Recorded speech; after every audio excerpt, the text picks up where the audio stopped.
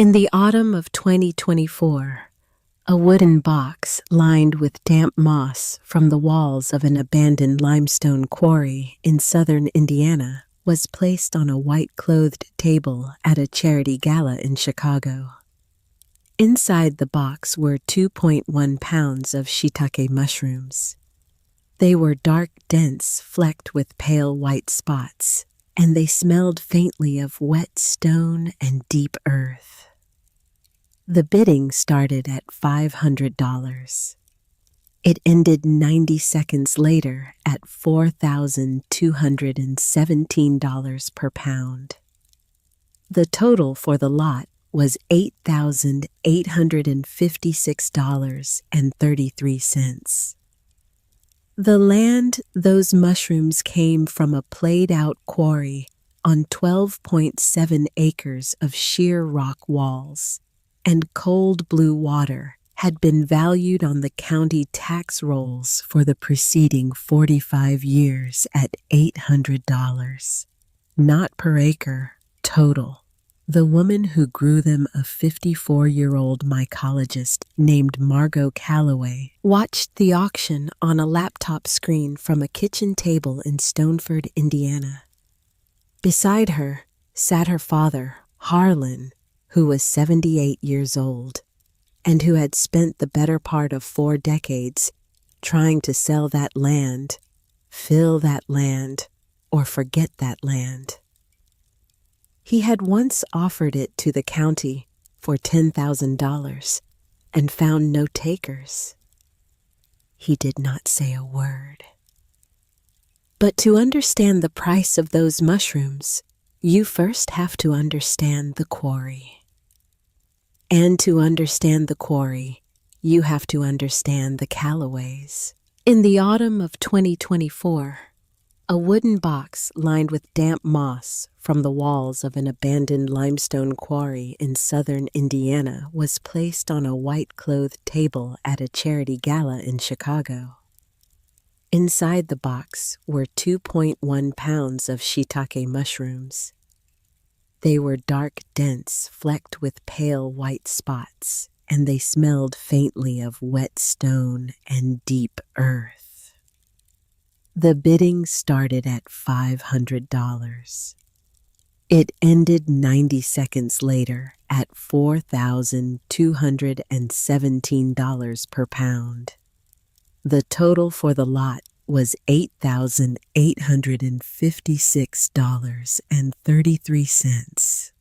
The land those mushrooms came from a played-out quarry on 12.7 acres of sheer rock walls and cold blue water had been valued on the county tax rolls for the preceding 45 years at $800, not per acre, total. The woman who grew them, a 54-year-old mycologist named Margot Calloway, watched the auction on a laptop screen from a kitchen table in Stoneford, Indiana.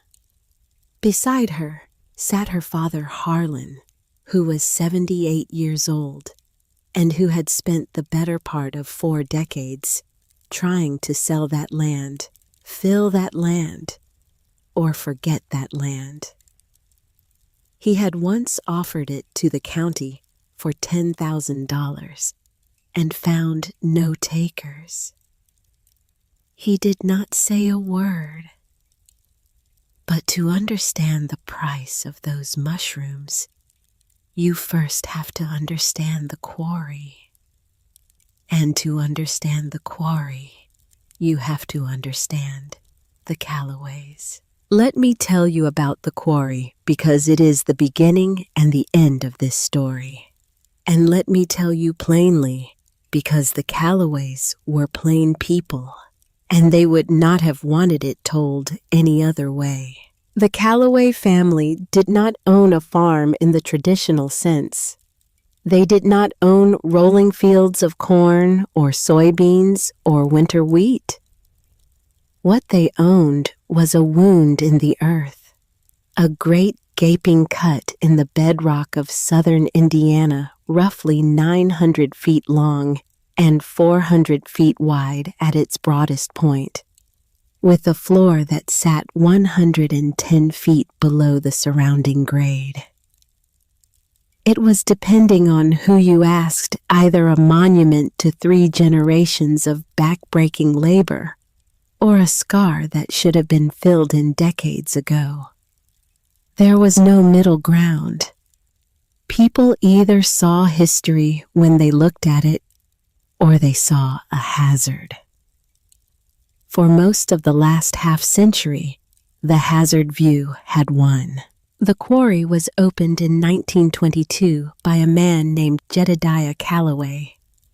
He was not a farmer, and he made no pretense of being one. He was a man who understood stone the way some men understand horses, or timber, or the moods of a river. He could read a rock face the way a scholar reads a page, seeing in its layers and fractures a story that went back millions of years.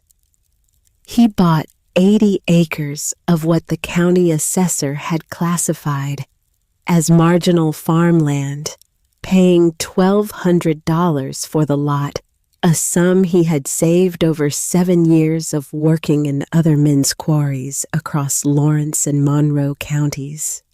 The land sat atop a thick, unusually pure seam of Salem limestone, the same creamy fossil-flecked stone that would eventually build the Empire State Building, the Pentagon, and 35 of the 50 state capitol buildings.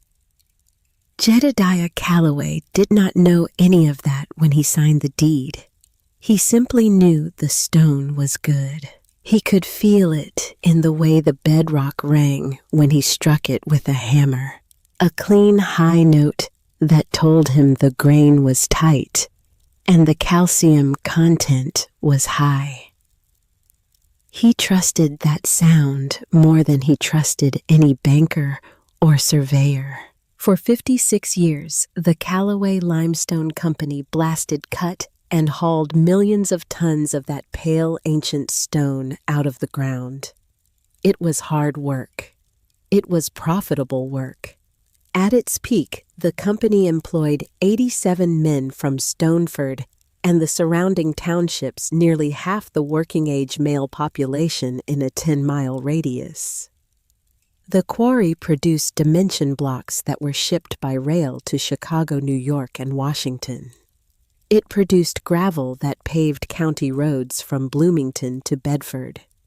It produced 3 generations of Calloway men who were known for 2 things: their quiet demeanor and their stone dust-caked hands. They were not loud people. They did not boast. They went into the earth every morning and came out every evening, and they did this for decades without complaint. It was simply what Calloways did. Jedediah ran the operation until 1951, when his hands grew too stiff with arthritis to hold a chisel. He handed it to his son, Asa, who was 34 and had been working the quarry since he was 15. Asa was a steady man, more cautious than his father, better with numbers. He modernized the equipment, bought a new channeling machine, and expanded the gravel operation to meet the post-war road-building boom. Under Asa, the Calloway Limestone Company had its best years. They built a proper office building at the quarry gate. They paved the access road. They put a sign up that read, Calloway Limestone established 1922, with the family name painted in letters large enough to read from the county highway. Then the world changed the way it always does, quietly at first, and then all at once. The seam began to run thin in the early 1970s. The richest veins had been carved away, and what remained was harder to reach, deeper in the earth, requiring more blasting and more machinery to extract the same tonnage. At the same time, foreign competition arrived. Cheap limestone from Mexico and crushed stone from massive mechanized operations in Ohio and Kentucky undercut the Callaway price by 30%. The economics that had sustained the company for half a century simply stopped working. The cost of pulling each ton of stone out of the ground exceeded what anyone was willing to pay for it. In 1979, the Callaway Limestone Company closed its gates. There were 11 men left on the payroll. Asa Callaway was 62 years old. He stood in the gravel yard on a cold November morning, handed each man his final check, and shook each man's hand. Then he locked the gate with a padlock, walked the 800 yards back to his house, and never set foot on the quarry property again. He did not speak of it. When his wife mentioned it, he left the room. When the county sent tax assessments, he paid them silently and filed the papers in a drawer. The quarry had been his life's work, and his father's life's work before him, and now it was nothing, and the nothing of it was too large a thing for Asa Callaway to hold in his mind. What was left behind was the pit itself, 900 feet long, 400 feet wide, 110 feet deep. The high limestone walls were sheer and pale, streaked with gray and tan where different layers of ancient seabed had been exposed by the cutting. Over the years following the closure, groundwater began seeping through the porous rock, rising slowly from below. It took nearly a decade, but eventually, the lowest levels of the quarry filled with water, creating a still, shockingly blue lake at the bottom.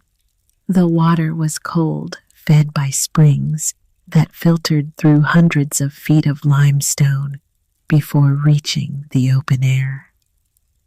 It maintained a year-round temperature of 52 degrees Fahrenheit, winter and summer alike.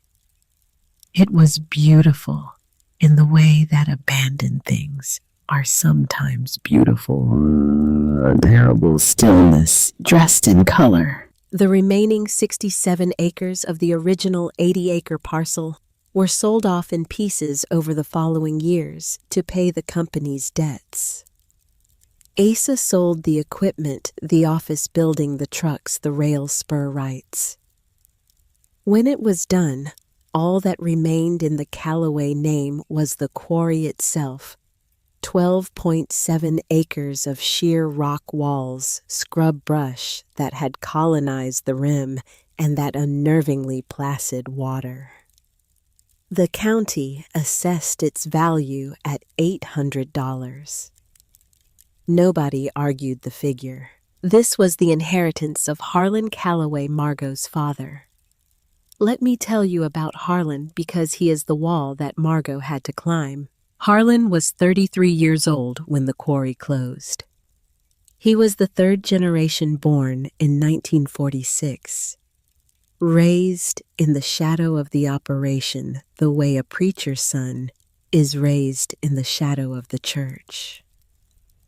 He had worked in the quarry since he was 16, starting as a water boy and working his way up to a drill operator. He knew every ledge, every face, every gallery in that pit. He knew where the stone sang true and where it cracked false. He knew the taste of limestone dust in the back of his throat.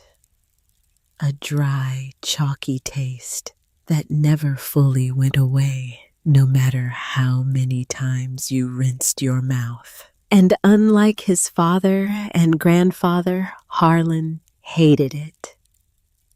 He hated the noise of the channeling machines that started at 6 in the morning and did not stop until dark. He hated the dust that settled on everything. His clothes, his truck, his food, the windowsills of his house. He hated the unforgiving nature of the work itself, the way a single miscalculation with a charge could bring down a wall and kill a man.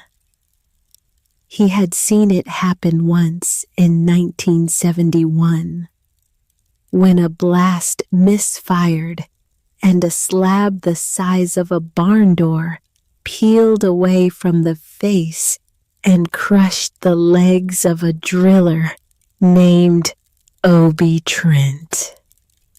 Obie survived, but never walked right again. Harlan carried him out of the pit on his back. He was 25 years old, and he decided that day that if the quarry ever closed, he would not mourn it. When the closure came in '79, Harlan saw it not as a tragedy, but as a liberation.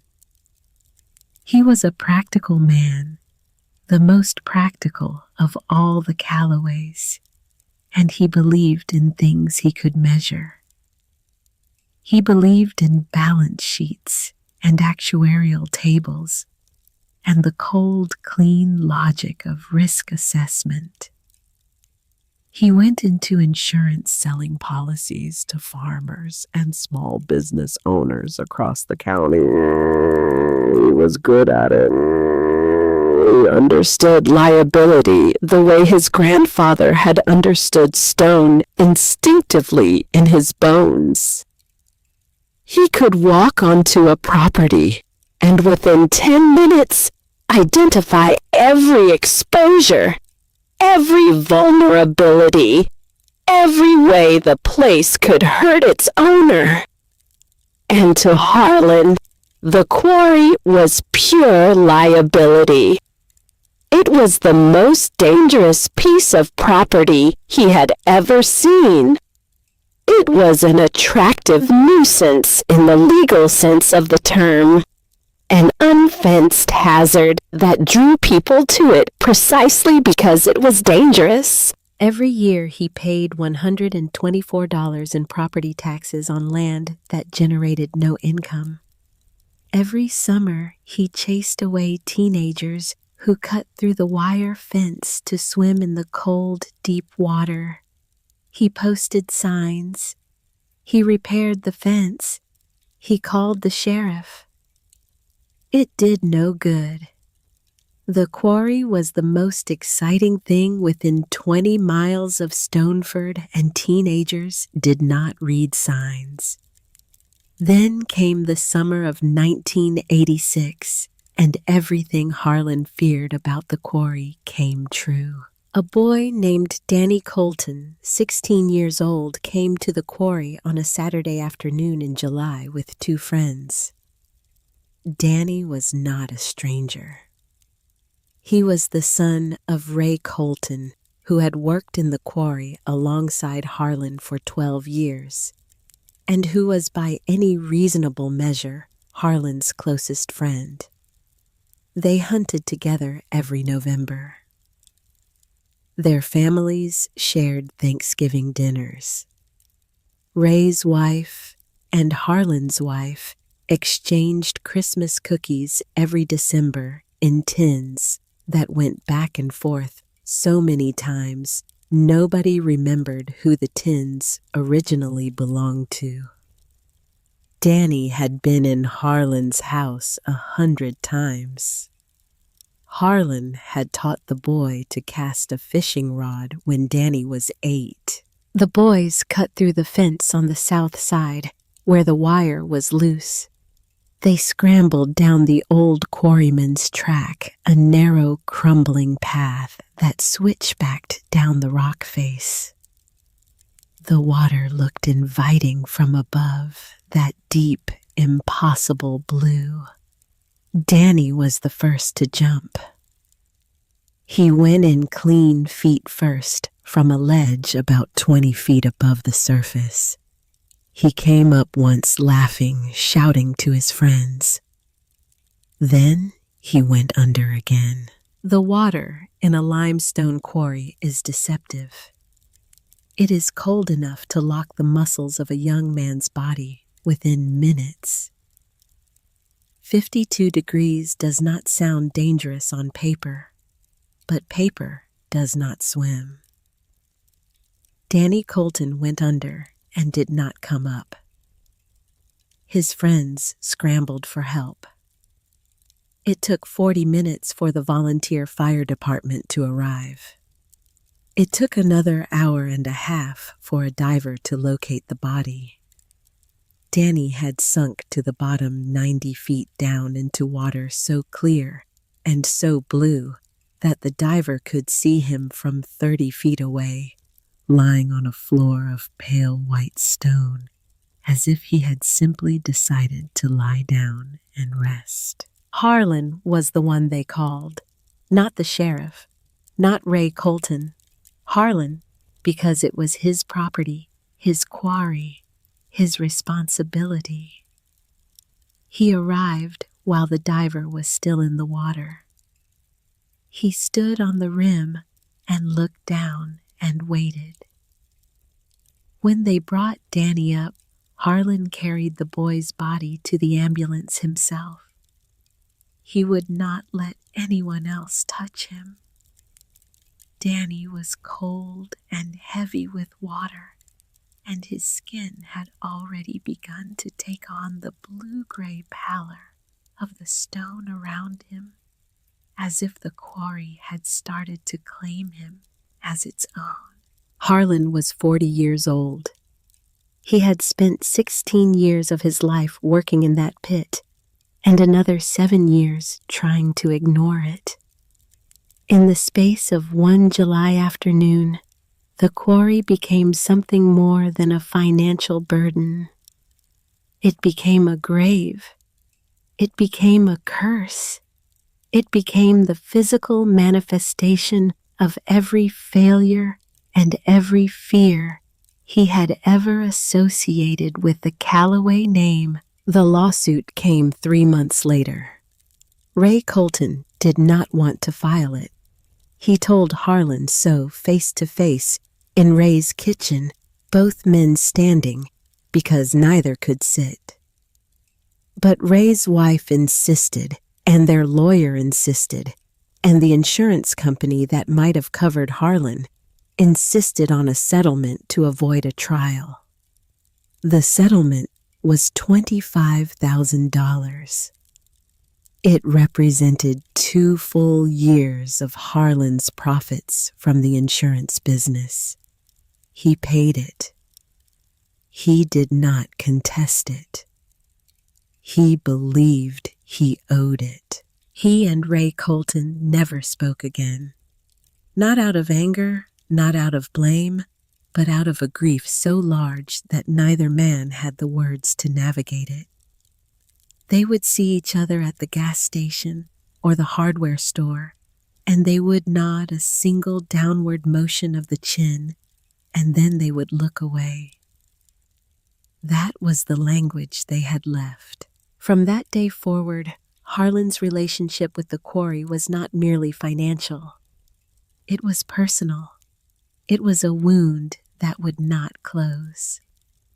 Every time he looked at the property, he saw Danny Colton's body on white stone 90 feet below the surface. Every dollar the quarry cost him, every hour he spent maintaining the fence, every sleepless night when he imagined another child finding a way in, was a penance. He wanted to be rid of it, the way a man wants to be rid of a sickness. He tried to sell it in 1987, the year after the drowning. The asking price was $10,000. There were no offers. No one wanted a hole in the ground with a death attached to it. In 1991, he approached the county about using it as a landfill.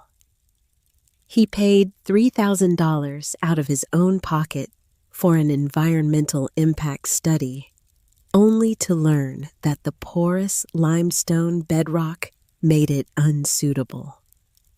The water table was too vulnerable, the geology too permeable. Whatever went into the quarry would eventually seep into the groundwater that fed half the wells in the township.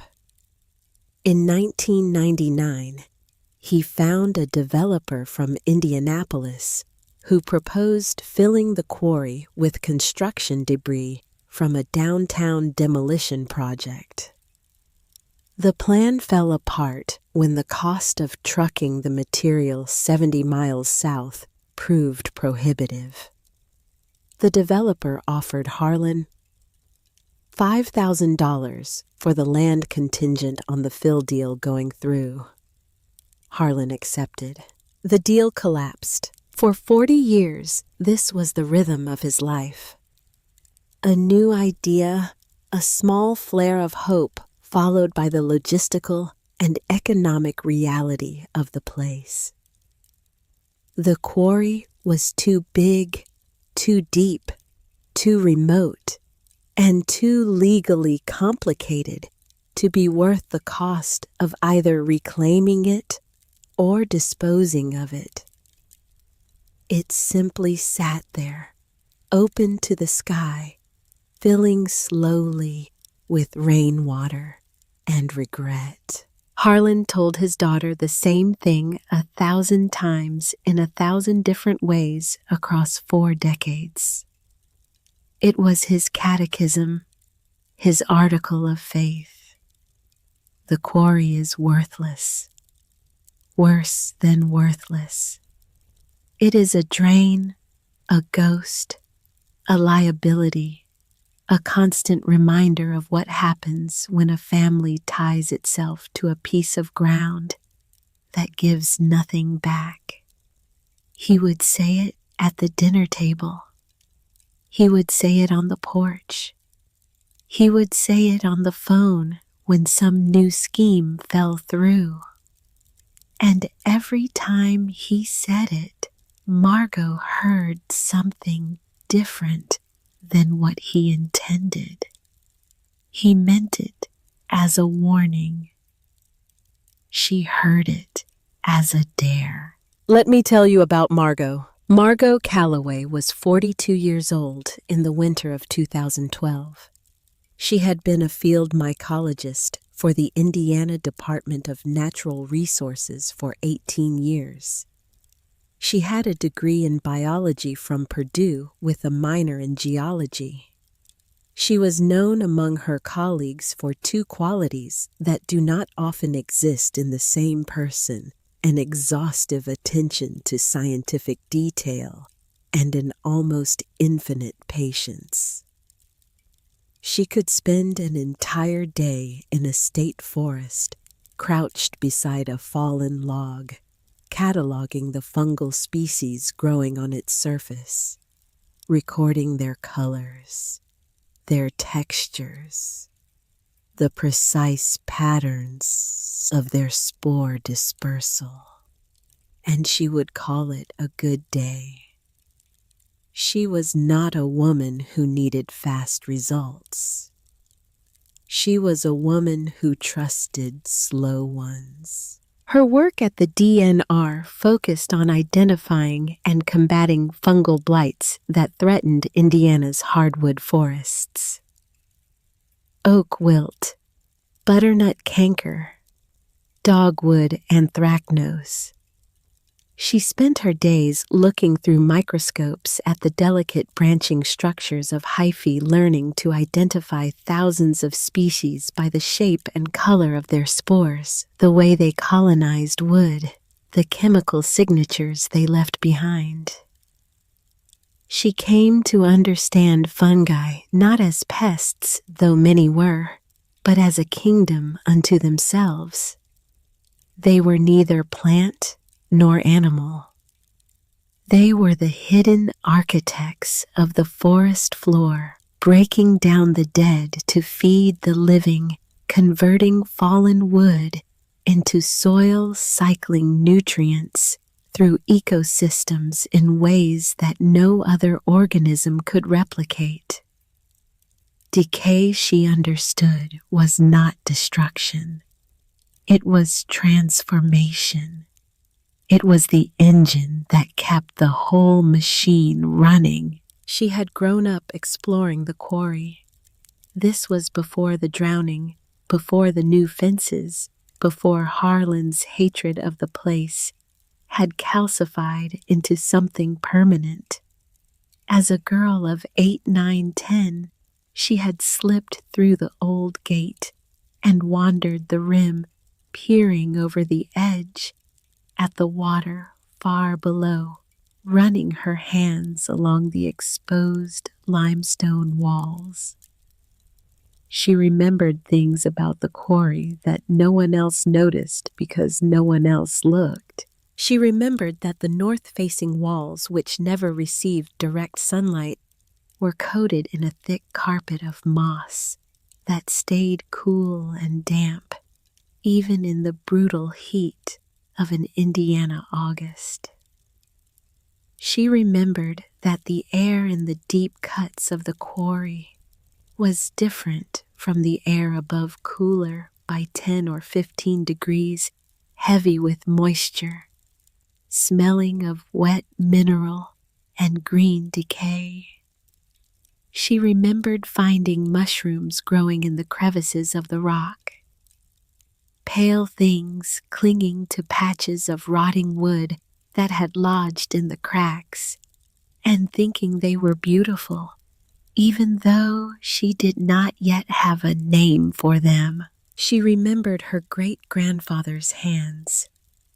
Jedediah died when Margot was 6, but she retained a single vivid image of him, an old man with fingers like bent rebar holding a piece of limestone up to the light and turning it slowly as if he were reading something written inside the stone. She did not know what he was looking for. She only knew that he found something there that made him smile. These memories mattered. They were the seeds that would eventually grow into the idea that changed everything. But the idea did not come to Margot in a flash. It came the way most important things come slowly through the gradual convergence of separate bodies of knowledge that had been accumulating in her mind for years. The first body of knowledge was mycological. 18 years of studying fungal biology had taught Margot something that most people never learn, that the specific conditions in which a fungus grows determine everything about the organism it becomes. The same species, given different substrates, different temperatures, different humidity levels, different mineral content in its water supply, will produce fruiting bodies that are vastly different in size, texture, flavor, and chemical composition. This is the principle of terroir, a word borrowed from the wine industry, meaning the total natural environment in which a thing is produced.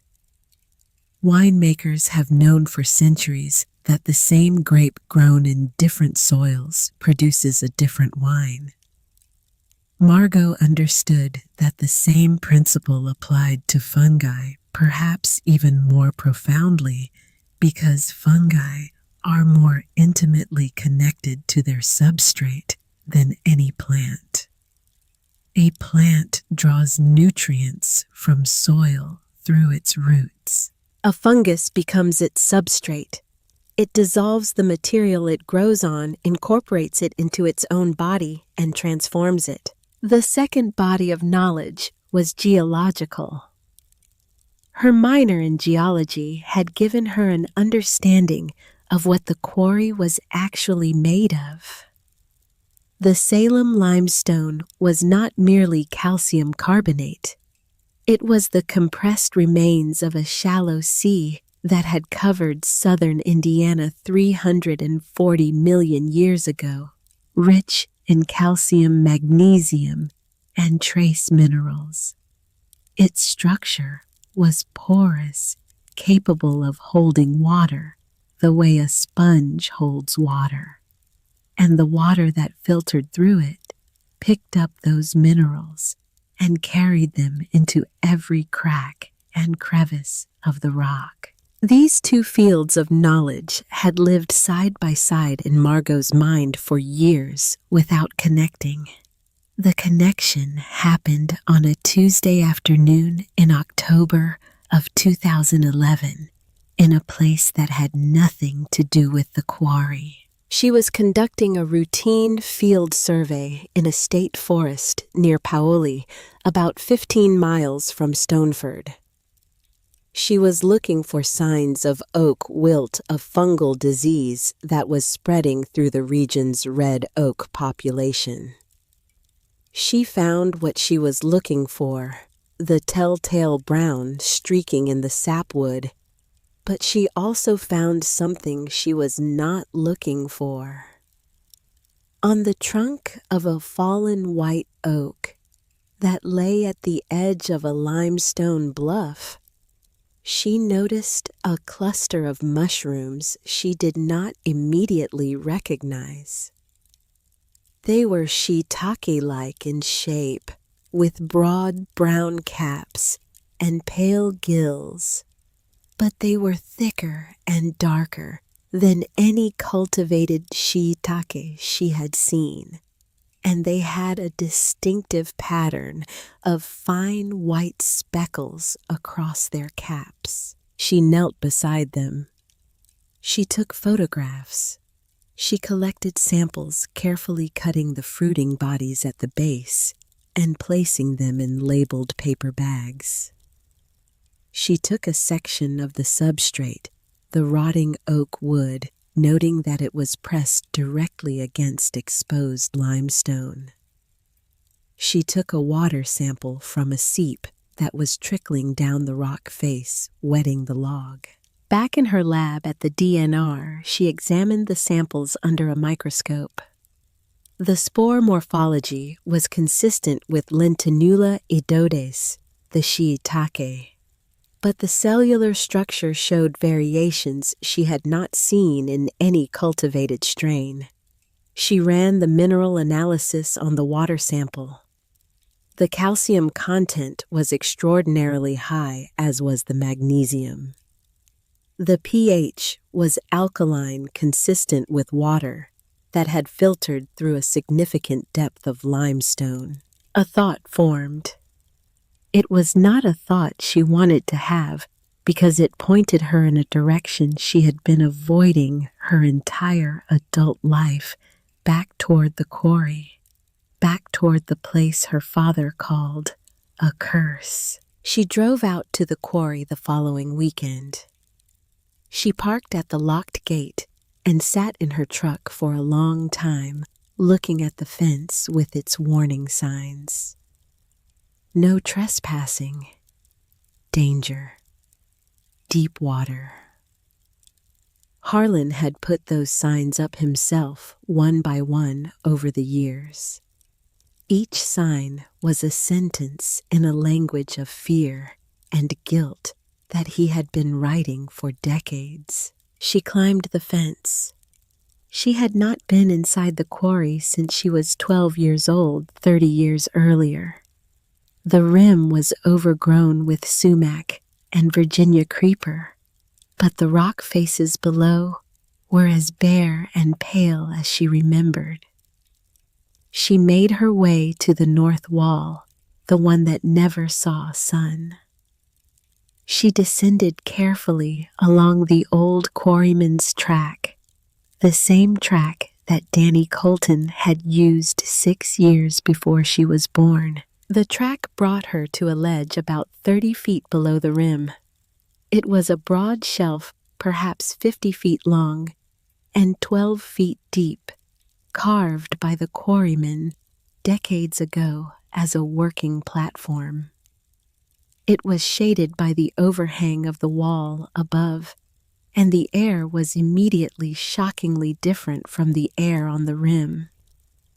It was cool, perhaps 60 degrees on a day when the fields above were baking at 88. It was humid, so humid that she could feel the moisture on her skin. The limestone walls were slick with condensation and coated in a thick, velvety carpet of moss. And growing on a piece of rotting timber wedged into a crack in the rock, she found them. Mushrooms. They were small, no bigger than a quarter, but their shape was unmistakable. They were the same species she had found near Powley, the same thick, dark caps with the white flecks, the same pale gills. She knelt and inhaled. The scent was rich, complex mineral with an undertone of something she could only describe as deep. It was the smell of the quarry itself rendered in living tissue. She collected samples. She tested the air temperature and humidity.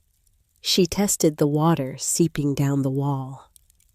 Over the next 2 weeks, she ran a full genetic analysis of the spore samples at her lab. What she found was remarkable. The strain was a wild variant of Lentinula edodes that had adapted specifically to the microclimate of the quarry.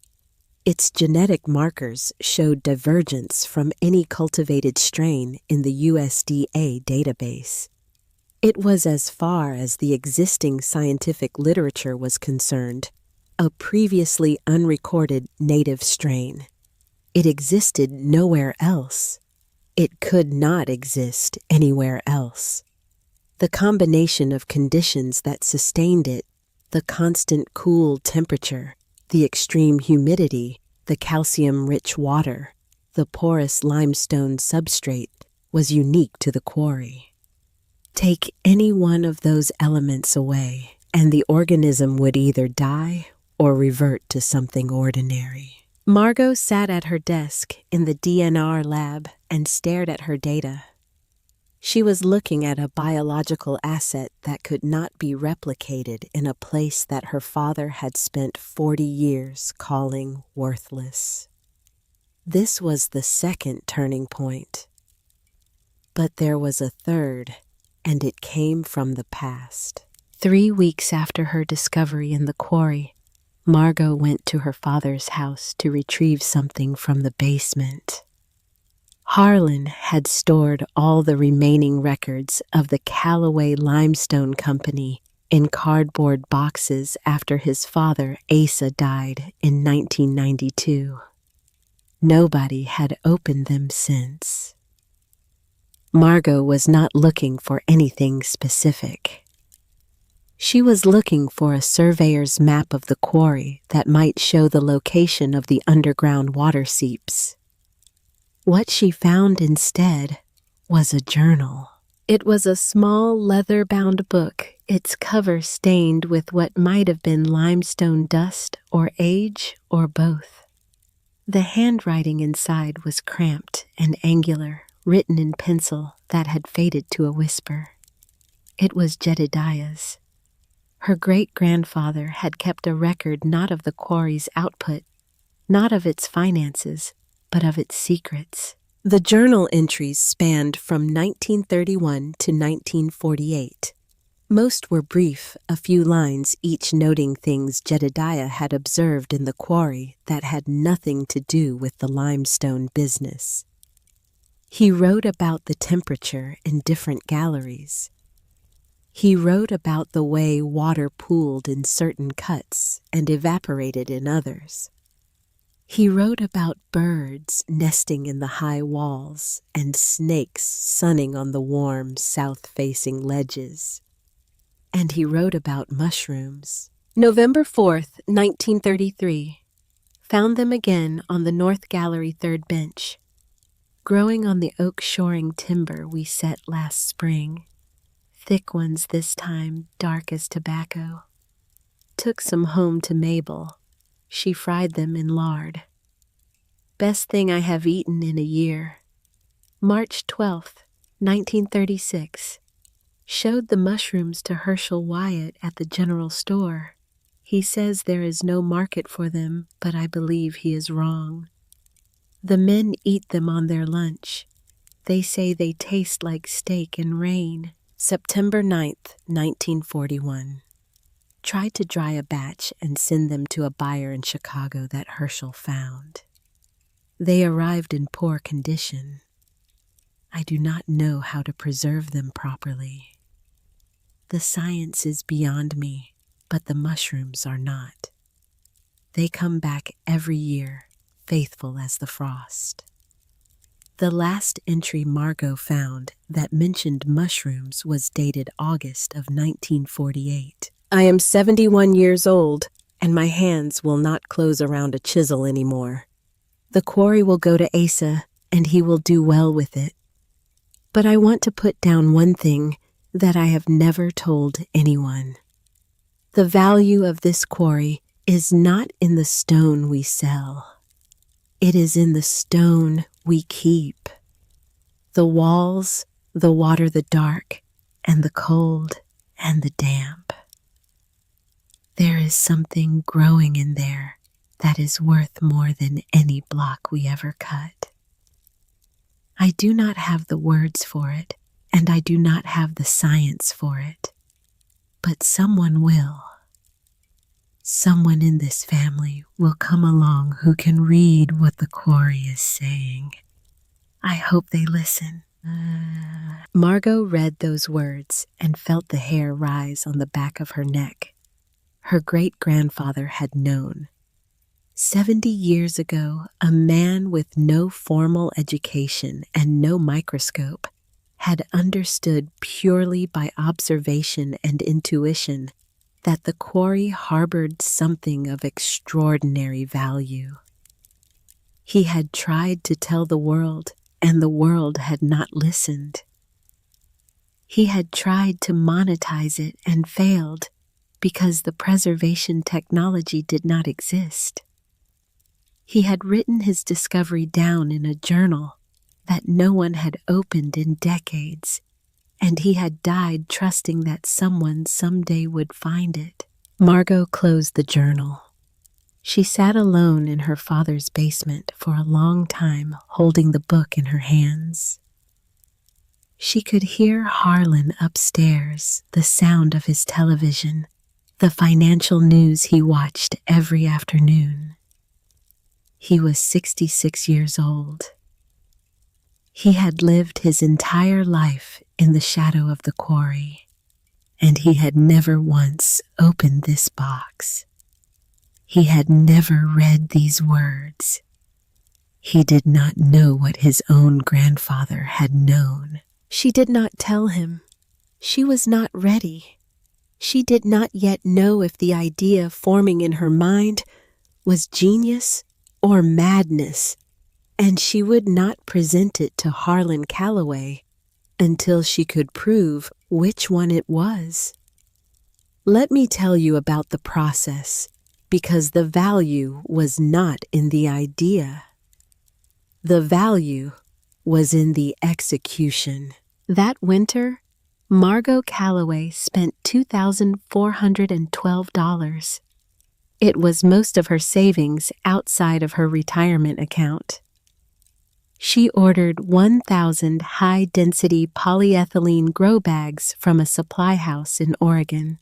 She ordered a specialized drill bit with a stop collar from a forestry tool catalog. She bought 10 pounds of beeswax from a beekeeper in Brown County.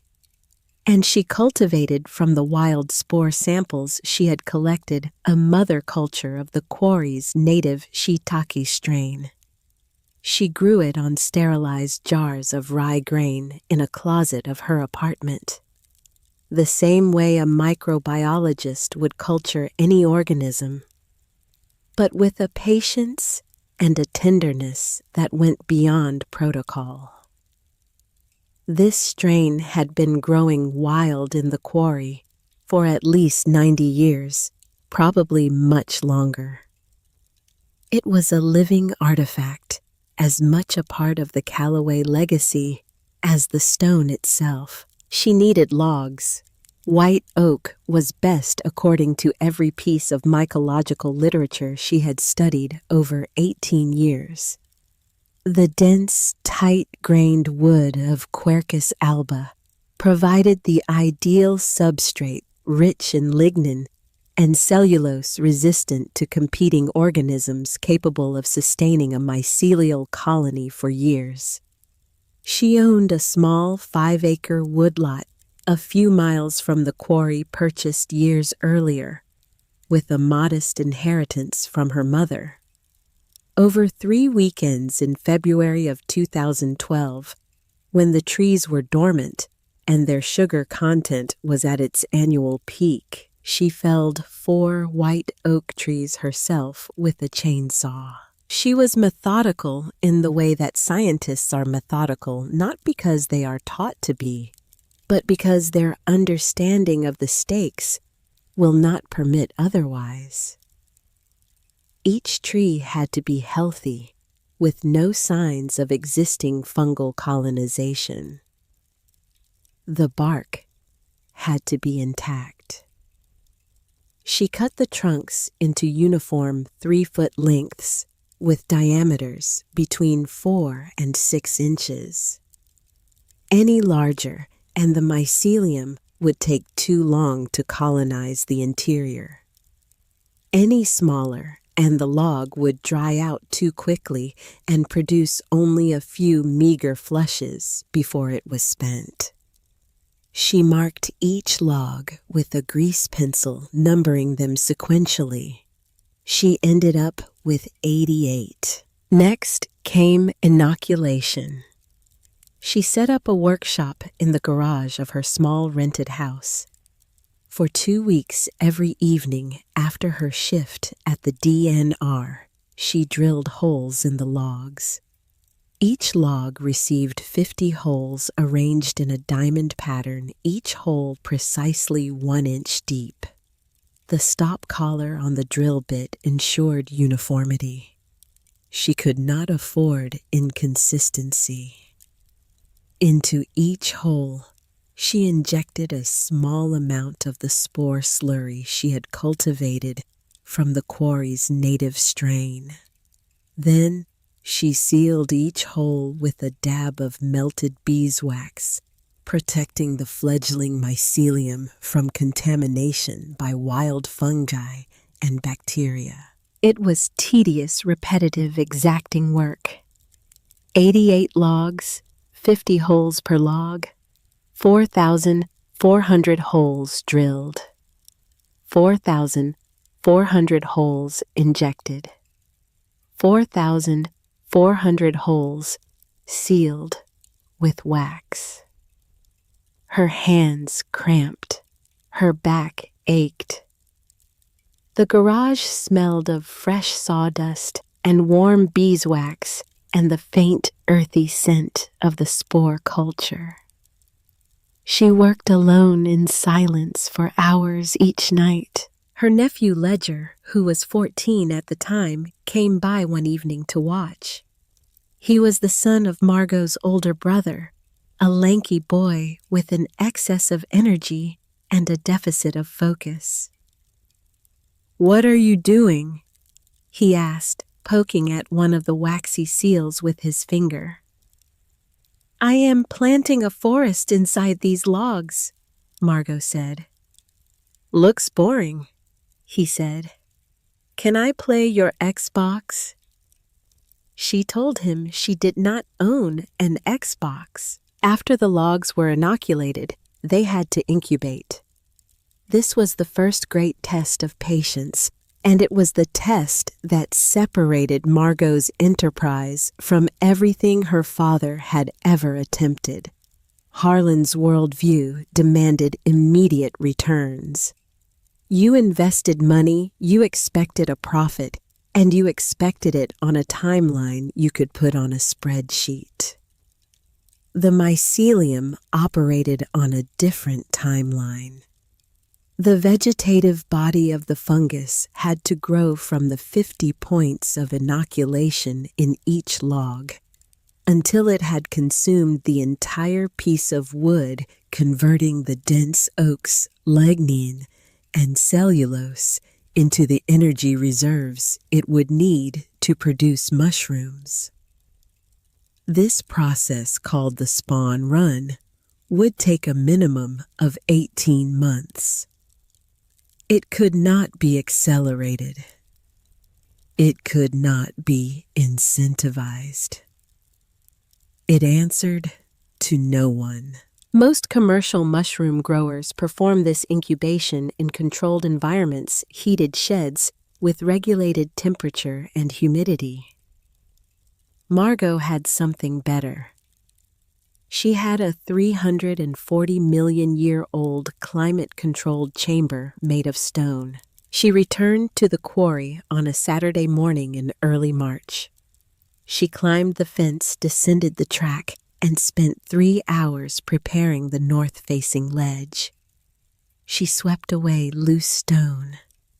She laid down a bed of gravel for drainage. She carried lengths of oak board down the track on her back and built a simple rack system angled to allow air circulation. Then, over the course of 2 full days, she and a colleague from the DNR, named Ruth Jessup, lowered the 88 inoculated logs down to the ledge on ropes.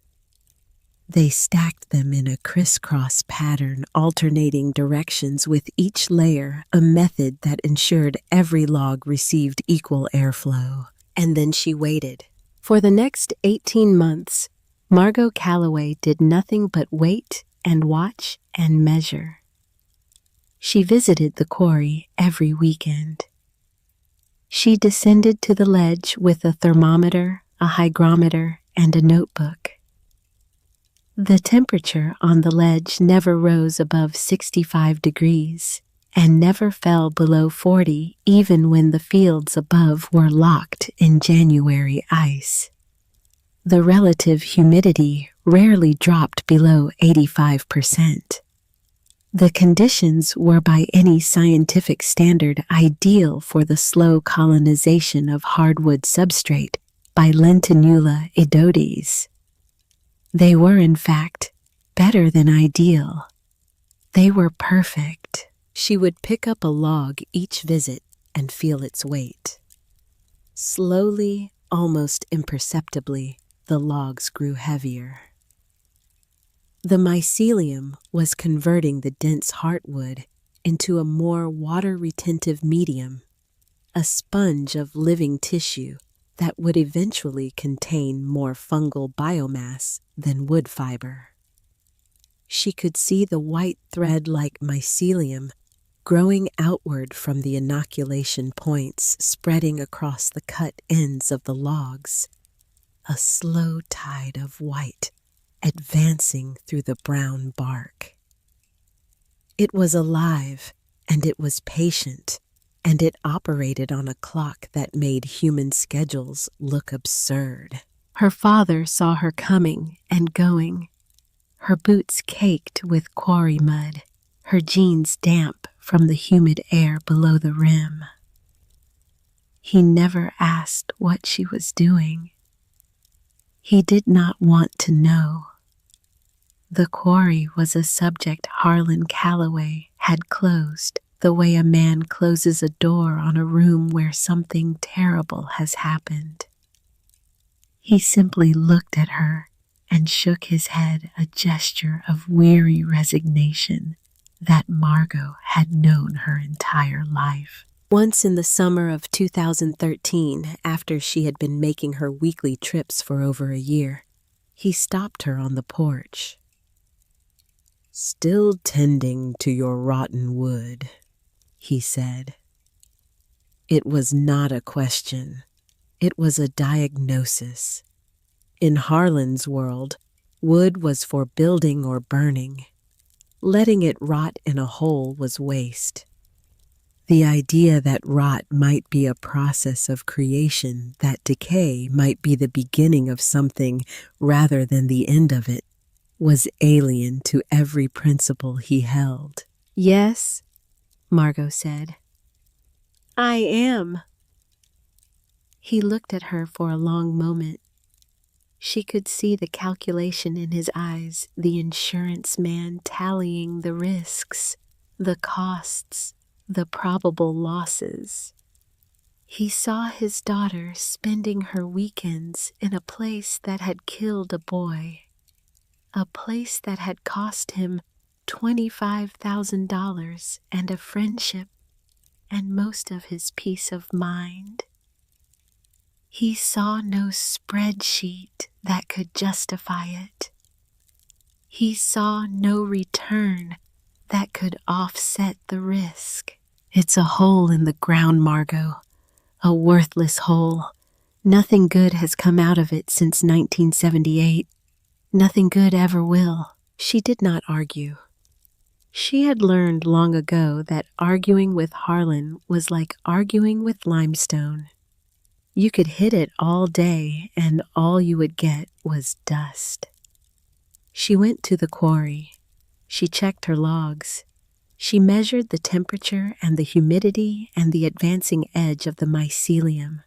She wrote her notes in a notebook that looked remarkably like her great-grandfather's journal, small and leather-bound, and filled with careful observations about a place that most people could not see. The logs were nearly ready. 18 months had passed. The spawn run was complete. The mycelium had consumed the wood from the inside out, transforming 88 dead oak logs into 88 living organisms waiting for a signal to bear fruit. All they needed now was a shock. A sudden drop in temperature that would mimic the arrival of autumn, a signal from the environment that told the fungus winter is coming. Produce your spores now, or lose your chance. Margot had read about this trigger in 100 papers. Commercial growers achieved it by soaking their logs in cold tap water for 24 hours. But Margot did not have tap water. She had something that no commercial grower on Earth possessed. She had a lake of 52-degree water, saturated with calcium and magnesium filtered through 340 million years of limestone, sitting in the bottom of an abandoned quarry that her father had spent his entire adult life trying to give away. She stood on the ledge in August of 2013. Looking down at the blue water far below, and she felt something she had not felt since she was a child standing on this same rim. She felt that the quarry was not dead. It was not a wound. It was not a curse. It was waiting. It had been waiting for 90 years since Jedediah first found mushrooms growing on the shoring timbers for someone who could read what it was saying. She began lowering the first 20 logs, one by one, into the deep cold water.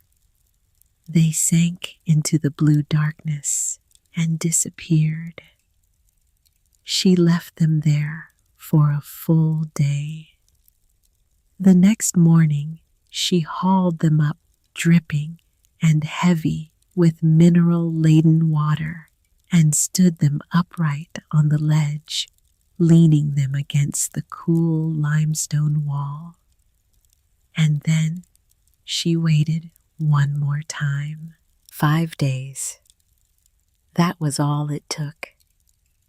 On the morning of the 6th day, she descended to the ledge and stopped. The logs were covered. Tiny brown pins, no bigger than the head of a match, had erupted from every crack and pore in the bark. There were hundreds of them, pushing out into the cool, damp air with a quiet insistence that felt almost aggressive. Over the next 3 days, they swelled. They broadened. They darkened. They became mushrooms, full and magnificent, their caps broad and umber and flecked with the distinctive pale white spots that marked them as children of this specific place. They were shiitake, unmistakably, but they were not like any shiitake that Margot had ever seen or that any commercial grower had ever produced. They were thicker, they were denser, their gills were lean, creamy white, and when she picked the first one and held it to her nose, she smelled the quarry.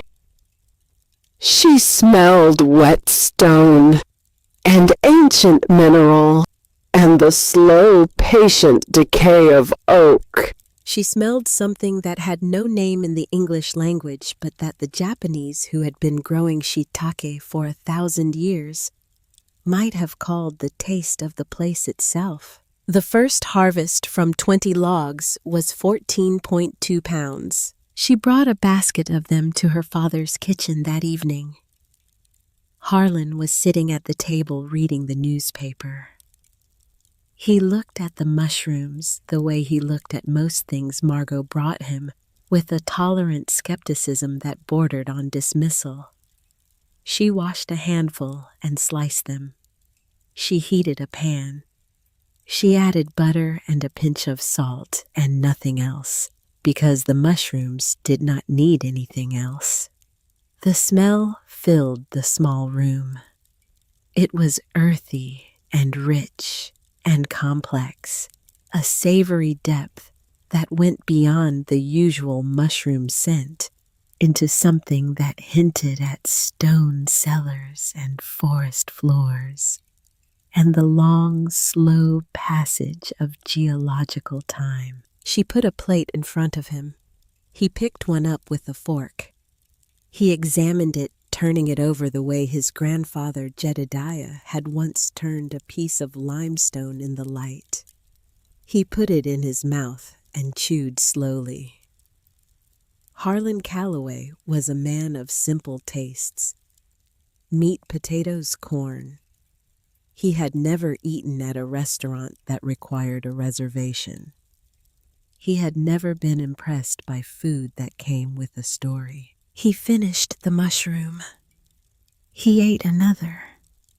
He looked at the plate. He looked at his daughter. "They're all right," he said. Then he went back to his paper.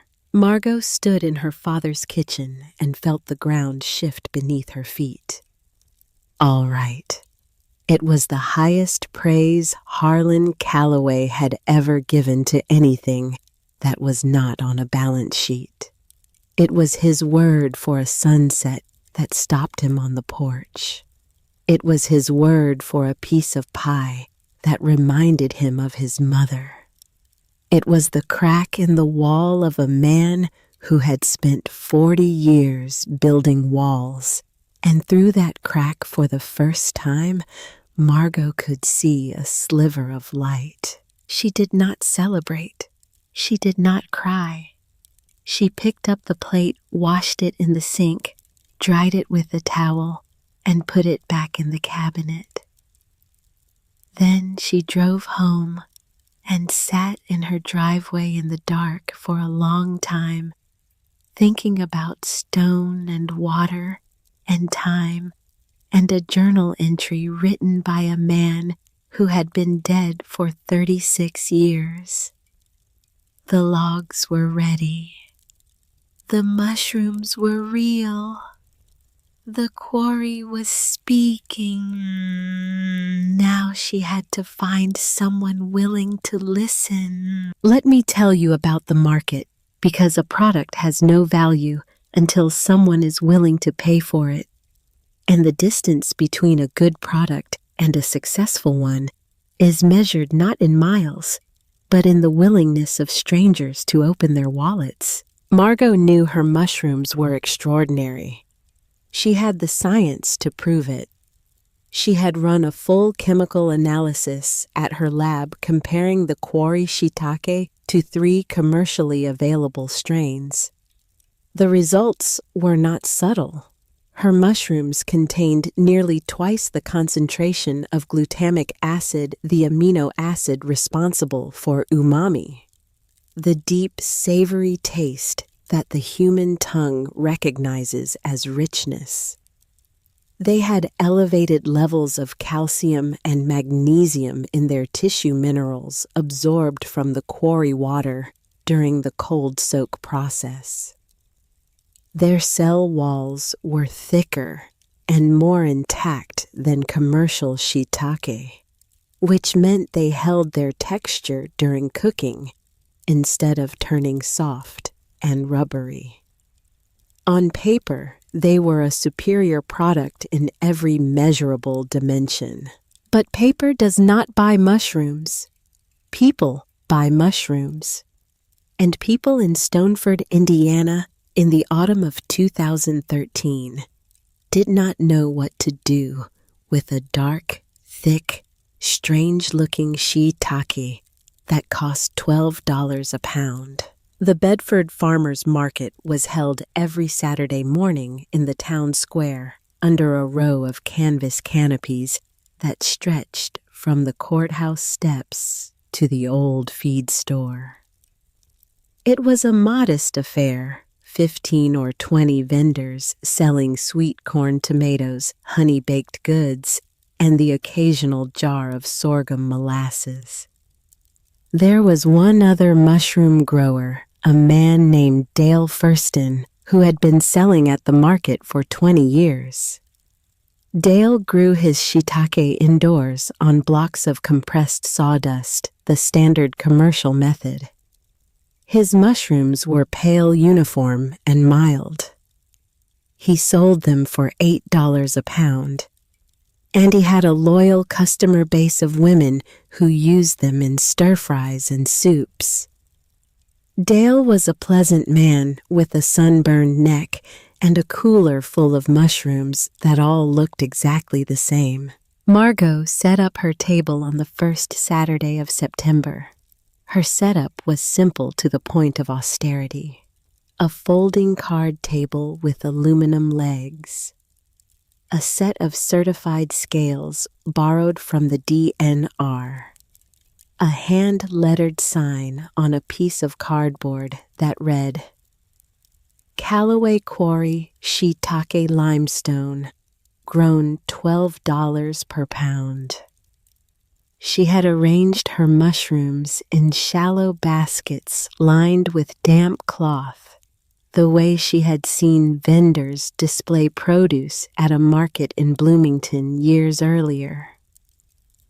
The mushrooms looked magnificent against the white cloth, dark and dense and speckled, but they also looked unfamiliar. They did not look like Dale Furston's mushrooms. They did not look like anything most of these customers had ever seen in a grocery store or a garden catalog. People stopped. They looked. They read the sign. They looked at the price. They walked away. A woman in a green jacket picked one up, turned it over, and put it back down. "What kind of mushroom is this?" she asked. "Shiitake," Margot said, "grown on white oak logs soaked in limestone spring water. The woman looked at her as if she had said the mushrooms were grown on the surface of the moon. $12 a pound. Yes, ma'am. Dales are 8. These are different from Dale's. The woman looked at the mushrooms again, then at Dale's booth across the aisle where a small line had formed. She smiled politely and moved on. By noon, Margot had sold 2 pounds. She had made $24. The market stall fee was $20. She had cleared $4 for 6 hours of work, not counting the 18 months of incubation, the $2,400 in materials, the countless weekends spent descending into the quarry, or the 4 white oak trees she had felled with her own hands. Her nephew Ledger, now 16, and pressed into service carrying boxes, stood beside her with his arms crossed and his face arranged in an expression of elaborate suffering. "Nobody is buying them," he said. "Can we go home?" "1 more hour," Margot said. The next Saturday was the same. The Saturday after that, she lowered her price to $10 a pound. She sold 5 pounds. It was better, but it was not a business. It was a hobby with a negative rate of return, which was exactly what her father would have called it. And the mushrooms themselves were not cooperating. Of the 68 logs, she had not yet force-fruited 15 showed signs of contamination. Competing fungi wild molds that had infiltrated the bark despite the beeswax seals were colonizing the wood and crowding out the quarry strain. She lost those 15 logs entirely. They were worthless, soft, and black, and stinking of rot, the wrong kind of rot, the kind that destroyed without creating. Her success rate had dropped from a theoretical 100% to a practical 70%. It was a humbling number.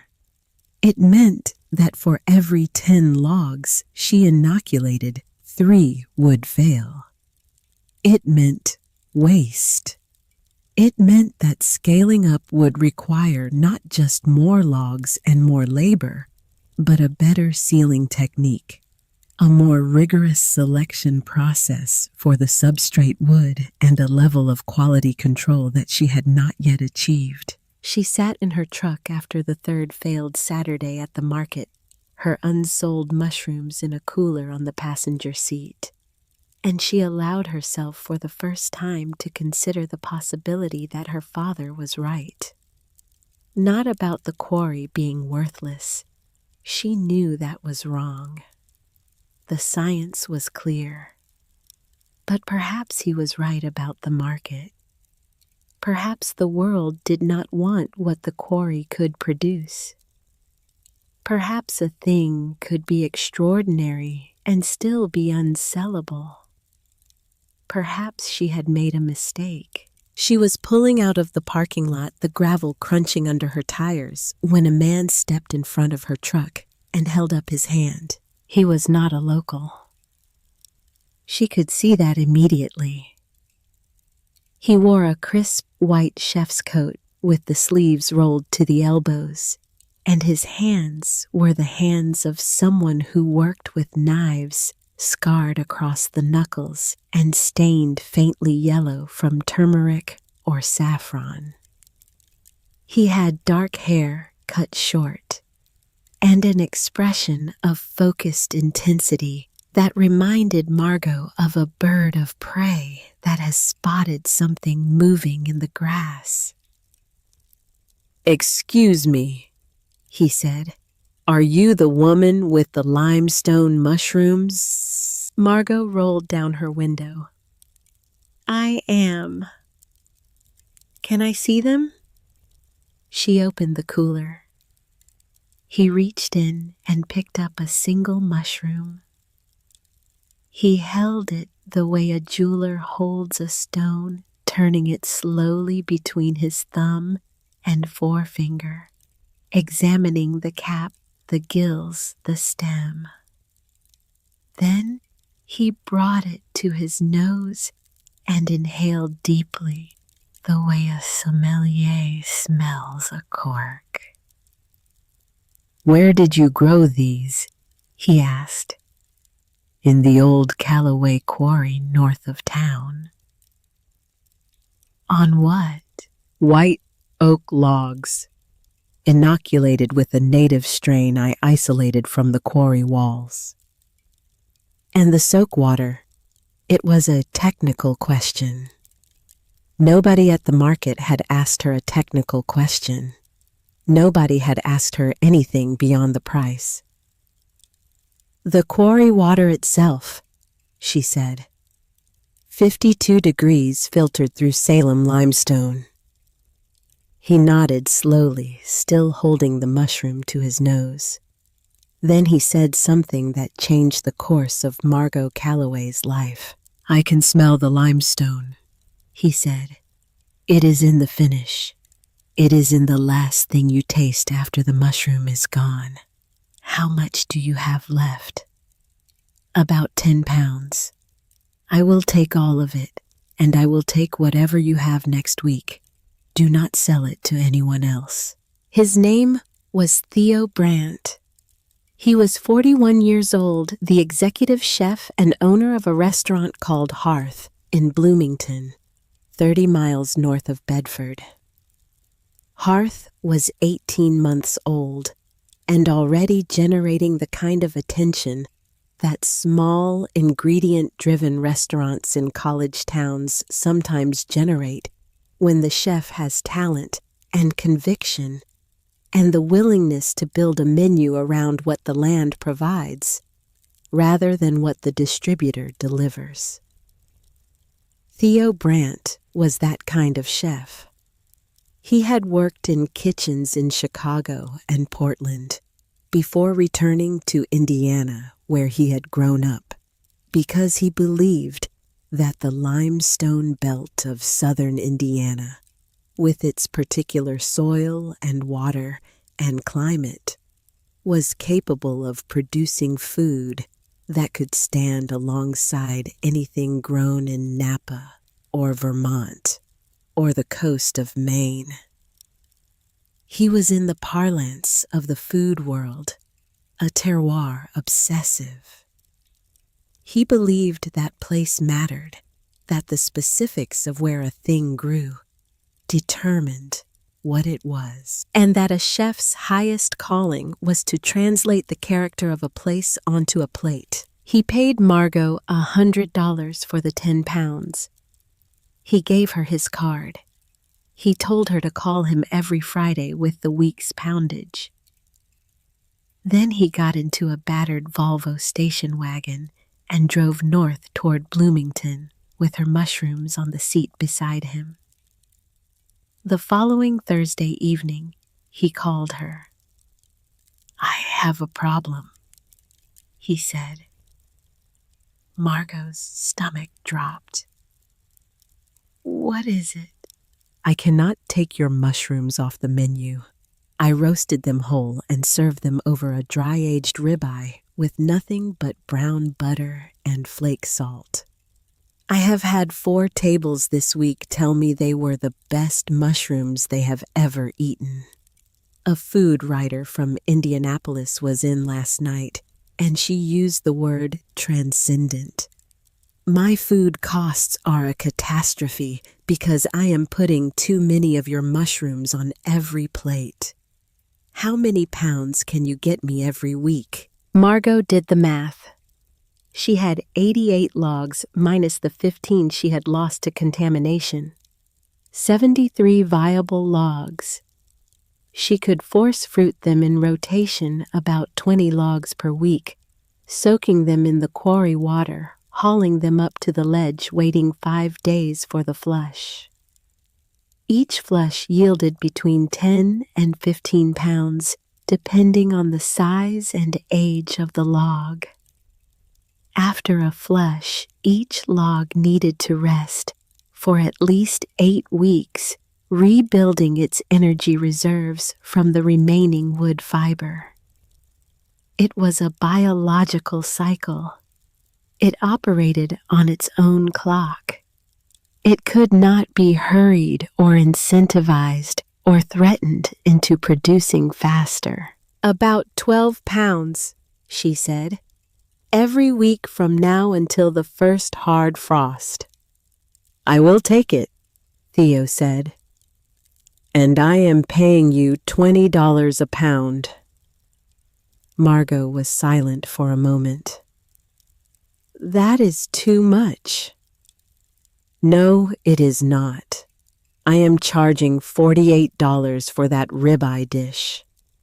The mushroom is the reason people order it. They are not paying for the steak. They are paying for the story. They are paying for the quarry." For the next 2 years, that was the shape of Margot's life. Every week, she descended into the quarry, soaked 20 logs in the cold blue water, hauled them dripping onto the ledge, and waited. 5 days later, she harvested. She packed the mushrooms in wax paper-lined boxes, loaded them into her truck, and drove the 30 miles to Bloomington. She delivered 10 to 15 pounds to the back door of Hearth every Monday morning, and Theo Brandt handed her cash. $250 a week, a little over $12,000 a year. It was a good side income enough to justify the labor, but it was not a fortune. It was not the kind of money that changed a life. It was the kind of money that sustained a belief. She expanded slowly. She felled more oak, carefully selecting only healthy trees from her woodlot and from a neighboring property whose owner gave her permission in exchange for a pound of mushrooms each month. She inoculated 200 more logs, refining her technique with each batch. She developed a better sealing method, double-dipping each wax plug and adding a thin coat of food-grade paraffin over the top, which reduced her contamination rate from 30% to under 10%. She built more stable racks on the quarry ledge, anchoring them into the limestone with expansion bolts. She worked alone, mostly descending into the quarry in the pre-dawn darkness of Saturday mornings, climbing back out as the sun hit the rim. By the end of 2015, she had 288 logs in rotation and a small but stable business, producing roughly 40 pounds per week during the growing season. The math was simple. 40 pounds at $20 per pound was $800 per week. Over a 30-week season, that was $24,000 in gross revenue. Her costs were minimal. The wood was free harvested from her own land. The quarry water was free. The beeswax and paraffin cost a few $100s per year. Her labor was her own. The profit margin was approximately 90%. Harlan noticed the checks. He was a man who noticed money the way a surveyor notices elevation changes automatically, professionally, without being asked. He stopped calling her wood rotten. He started calling it your mushroom thing. He did not ask questions. He did not visit the quarry. He did not express approval or interest or anything that could be mistaken for enthusiasm. But he stopped shaking his head when she left the house on Saturday mornings, and that, in the language of Harlan Calloway, was practically an embrace. But the real conflict arrived not from the market and not from the quarry. It arrived from the world that Harlan understood best, the world of money and real estate, and men in expensive suits who believed that any piece of ground could be improved by pouring enough concrete on top of it. In the spring of 2016, a man named Cormac Sefton came to Stoneford. Sefton was 45 years old. He had an MBA from the Kellogg School at Northwestern, and he worked for a land development consultancy headquartered in Chicago. He was tall, lean, and expensively dressed, the kind of man who wore a suit the way a soldier wears a uniform, as a statement of authority and belonging. His shoes cost more than most of the trucks in the Stoneford municipal parking lot. His watch cost more than some of the houses. He was confident and articulate, and he smiled frequently, a smile that reached his eyes just enough to seem genuine without quite arriving at warm. His firm had been retained by a national home builder to identify potential sites for a new residential development in the southern Indiana region. The quarry was on their list. Sefton had studied the aerial photographs, reviewed the county tax records, and concluded that the Calloway property represented what his industry called a distressed asset with high conversion potential. In plain language, it was a hole that could be filled and built on, and the owner was probably desperate enough to take whatever was offered. He did not contact Margot. He did not know about Margot. He went to the Stoneford Town Council first, and then he went to Harlan Calloway. The public meeting was held on a Tuesday evening in the town hall, a single-story cinder block building that also served as the polling station, the community center, and the venue for the annual pancake breakfast. The room was packed. Every folding chair was occupied. People stood along the walls and in the doorway. Sefton had brought maps, architectural renderings, and a PowerPoint presentation displayed on a projector he had set up himself.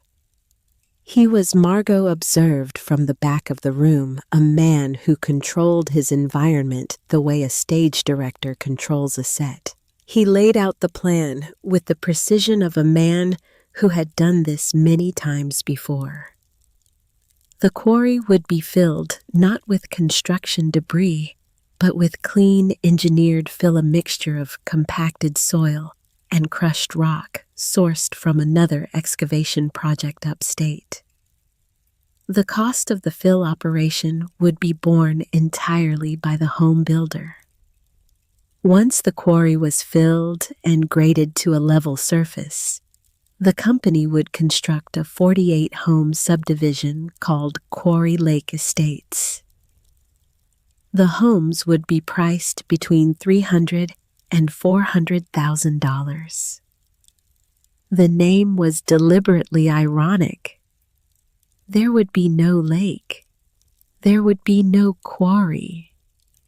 There would be streets and sidewalks and attached two-car garages and a community pool. We are talking about a $20 million investment in this community, Sefton announced, standing at the front of the room with his hands in the pockets of his tailored trousers, his voice smooth and modulated and absolutely sure of itself. 48 new families, an increase to your property tax base of an estimated $1.2 million annually, new students for your schools, new customers for your businesses, a signal to the rest of the state that Stoneford is open for growth. He clicked to a new slide. It was an aerial photograph of the quarry taken from a satellite, and it was not a flattering image. The quarry appeared as a gray, jagged gash in an otherwise green landscape, surrounded by scrub and bordered by the rusted remains of the old fence. It looked abandoned. It looked ugly. It looked like a problem. This property, Sefton said, pointing to the image with the laser pointer, has been assessed at $800 for nearly half a century. It generates almost no tax revenue. It is a non-performing asset. More than that, it is a hazard. It has a documented history of trespassing incidents and one confirmed drowning fatality. Margot saw her father flinch at that word. Fatality. As if Danny Colton were a statistic in a risk assessment report, rather than a boy who had once sat at Harlan's kitchen table eating pot roast.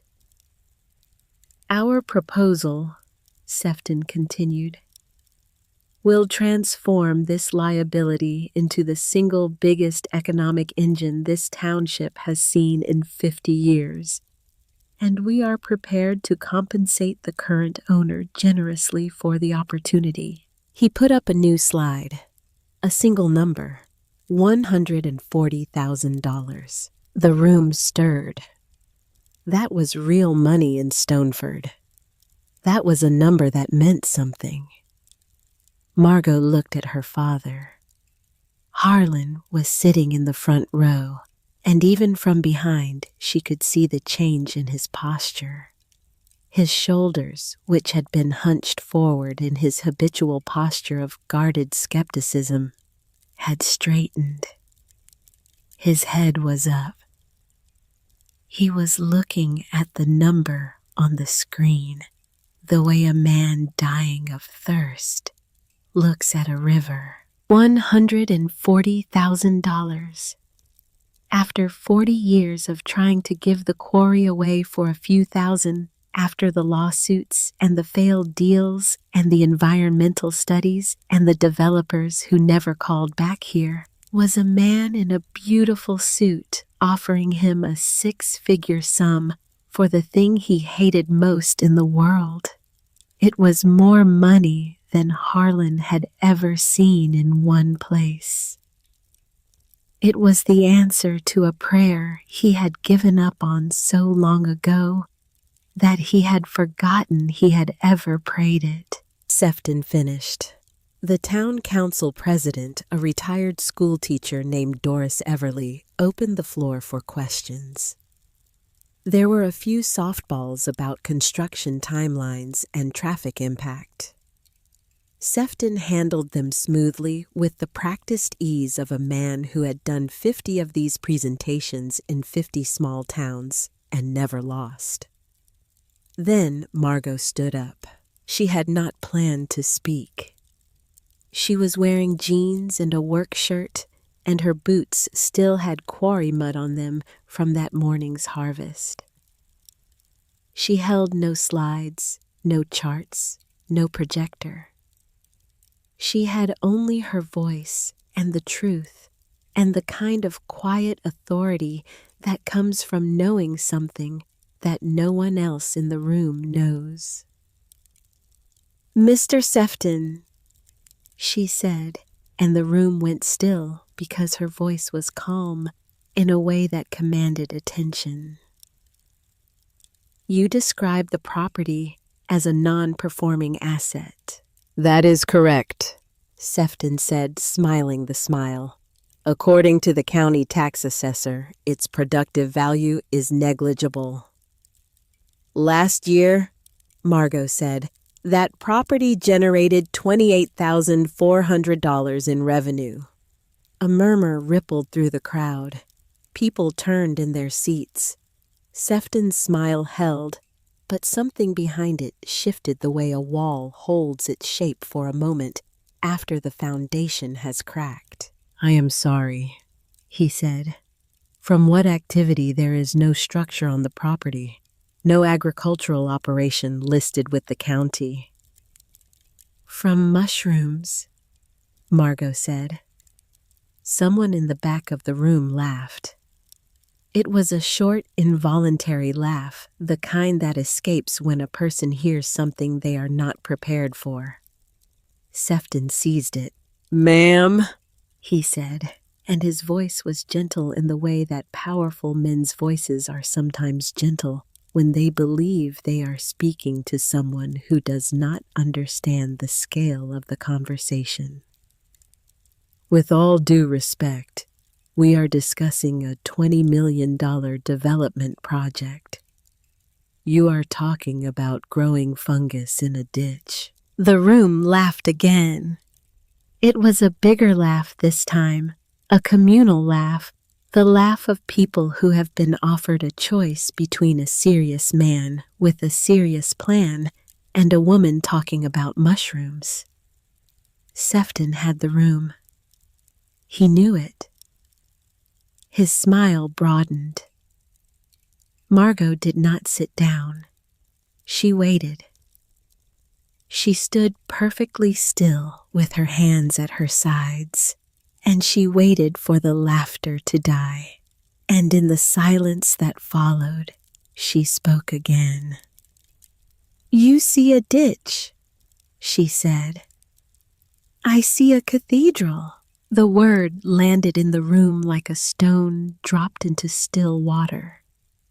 People stopped shifting in their seats. "That quarry is a perfectly calibrated growth chamber designed by 340 million years of geology.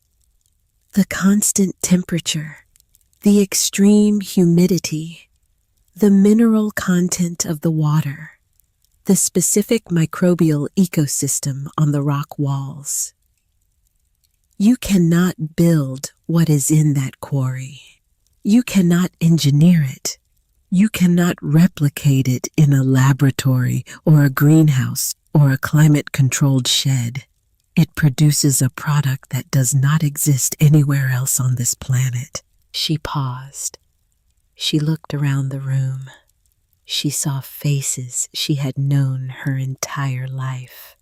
Faces that had watched her grow up. Faces that had attended her mother's funeral and her high school graduation and her brother's wedding. She was not performing. She was explaining. And she was doing it in the language that this room understood. "Your project will bring in $1.2 million in annual tax revenue. That is an impressive number. My business at its current small scale has a profit margin of 90%. If I expand to the quarry's full capacity, which is approximately 5,000 logs, it will generate over $500,000 a year in revenue. Not for a developer in Chicago, for a family that has lived here for 100 years. And the jobs it creates will be here in this town permanent, not the 18-month construction gig your project offers." She turned and looked directly at Cormac Sefton. He had stopped smiling. "Your plan is to destroy a unique asset to build something generic. Every subdivision in America looks the same. There is only one Callaway quarry. Your model is based on extraction. You want to take what is here and replace it with what is everywhere. My model is based on cultivation. I want to grow what can only exist here." The room was silent.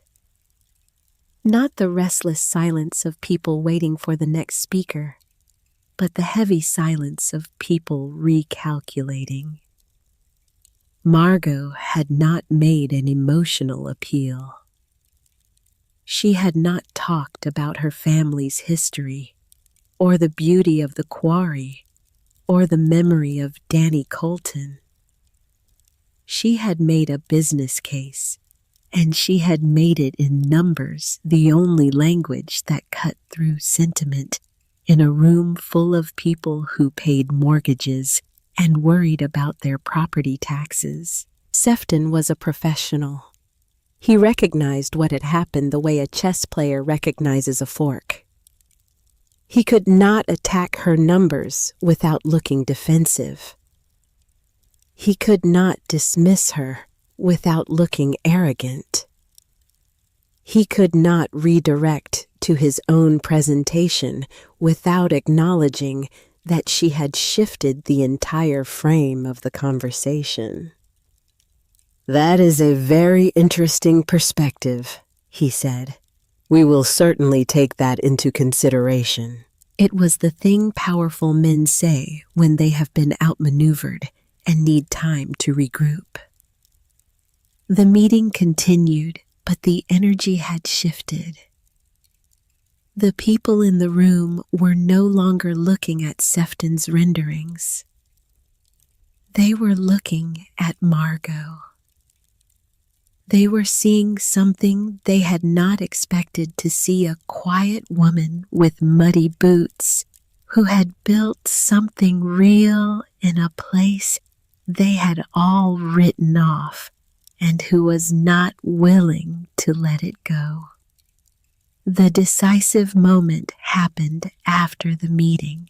Margot was walking to her truck in the parking lot when she heard her father's voice behind her. It was not the voice she knew, the dry, tired monotone of a man delivering his nightly verdict on the worthlessness of the quarry. It was tight and high and shaking with the fury she had only heard once before on the day the lawsuit settlement had been finalized. "What in the name of God was that?"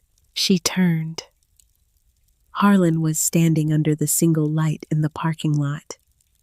His face pale, his hands balled into fists at his sides. $140,000, Margot. Do you understand that number? Do you have any idea what I could do with that money? What it would mean to finally be rid of that place? I know what it means, Dad. You do not know. You cannot know. You were not there when they pulled that boy out of the water. You were not there when Ray Colton's lawyer sat across from me and told me what it was going to cost. You were not there for 40 years of paying taxes on a piece of ground that gives nothing back but grief. His voice broke on the last word. He caught it. He rebuilt himself. The insurance man, the man of spreadsheets, the man who measured everything and felt nothing, reassembled his face. This was my one chance.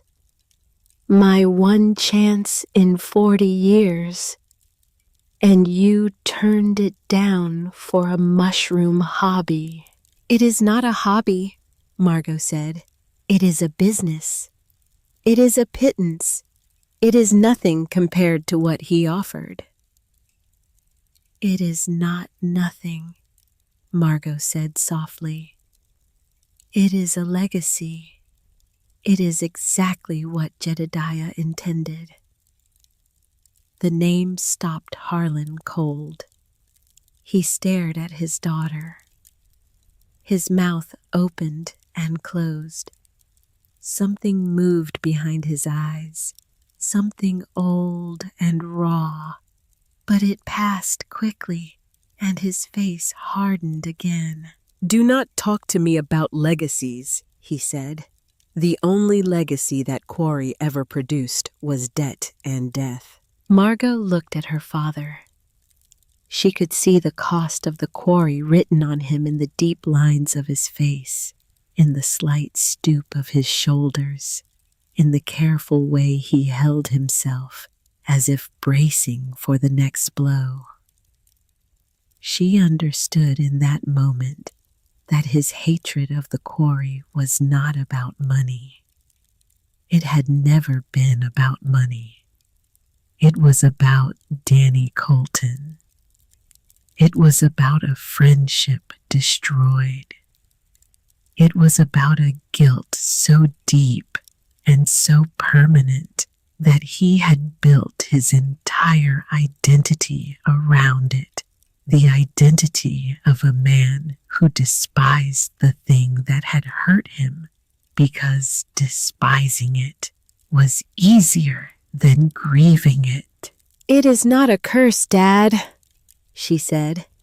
"You just never learned how to read it." She got in her truck and drove away, leaving Harlan standing under the light with his fists still clenched and his face turned away. That was the last time they spoke about the quarry for months. A wall came down between them thicker than limestone, and Margot did not try to climb it. She had learned from her work with fungi that some things grow best in silence in the dark, without interference. She would let the quarry make her case for her. She would let time do what argument could not. But Cormac Sefton did not go away. 6 weeks after the town meeting, Margot learned from a clerk at the county recorder's office that a company called Northern Ridge Partners, LLC, had purchased an option on 18 acres of farmland directly north of the quarry property. The land belonged to the Pearsall family, who had been trying to sell it for years. The option price was $63,000. Northern Ridge Partners was registered in Delaware, but its agent of record was a law firm in Chicago that Margot recognized from Sefton's business card. She pulled up the county geological survey maps that evening and spread them on her kitchen table. The Pearsall parcel sat directly over the underground aquifer that fed the springs seeping into the quarry walls. The water that maintained the quarry's constant 52-degree temperature. The water that saturated the limestone with calcium and magnesium. The water that she soaked her logs in, the water that gave her mushrooms their unique mineral character. All of it originated in that aquifer.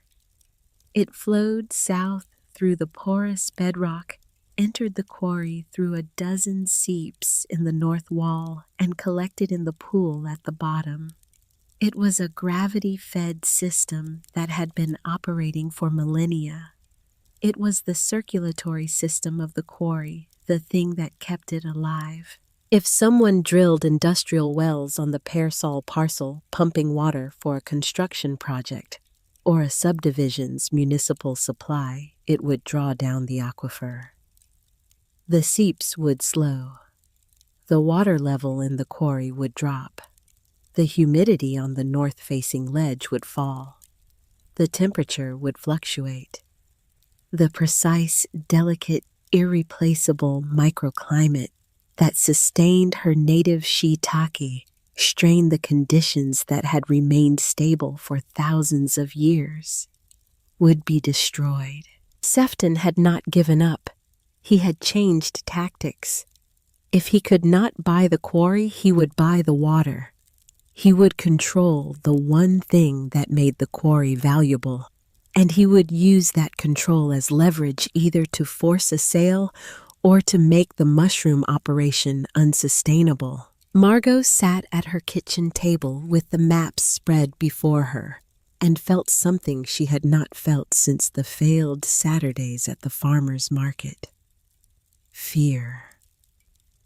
Not the fear of failure, which was familiar and manageable, but the fear of loss, the fear that something precious and irreplaceable could be taken from her by a man who did not understand what he was taking. She called Theo Brandt that night. She told him what she had found. There was a long silence on the other end of the line. "Can he do that?" Theo asked. "If he owns the land and obtains a drilling permit, yes. There is no law that specifically protects an underground aquifer for the benefit of a downstream user. Water rights in Indiana follow a reasonable use doctrine. If he can demonstrate a reasonable use for the water, he can pump it." "Then you need a lawyer," Theo said. "I know," Margot said. "But first I need to understand something. I need to understand what Sefton's real play is." "His real play is to squeeze you until you sell." "Yes, but he is also talking to my father." There was another silence. "About what?" "About the Pearsall land. My father knows the Pearsalls. They hunt together. Sefton is asking my father to broker the introduction to vouch for him, and my father does not know what the land is really for. He thinks Sefton is just buying acreage for the subdivision. He does not know about the aquifer." "Would he care?" Theo asked, and there was no malice in the question, only the honest curiosity of a man who had heard enough about Harlan Calloway to wonder. Margot thought about it for a long time. "I do not know," she said. "A year ago, I would have said no. He would have helped Sefton just to spite the quarry. But something has changed. He has not said so. He will never say so. But he sees the checks every week. He knows the mushrooms are real. He just cannot admit it, because admitting it would mean that 40 years of calling the quarry worthless were wrong. And my father has never been wrong about anything in his life." "He was wrong about the quarry." "Yes," Margot said.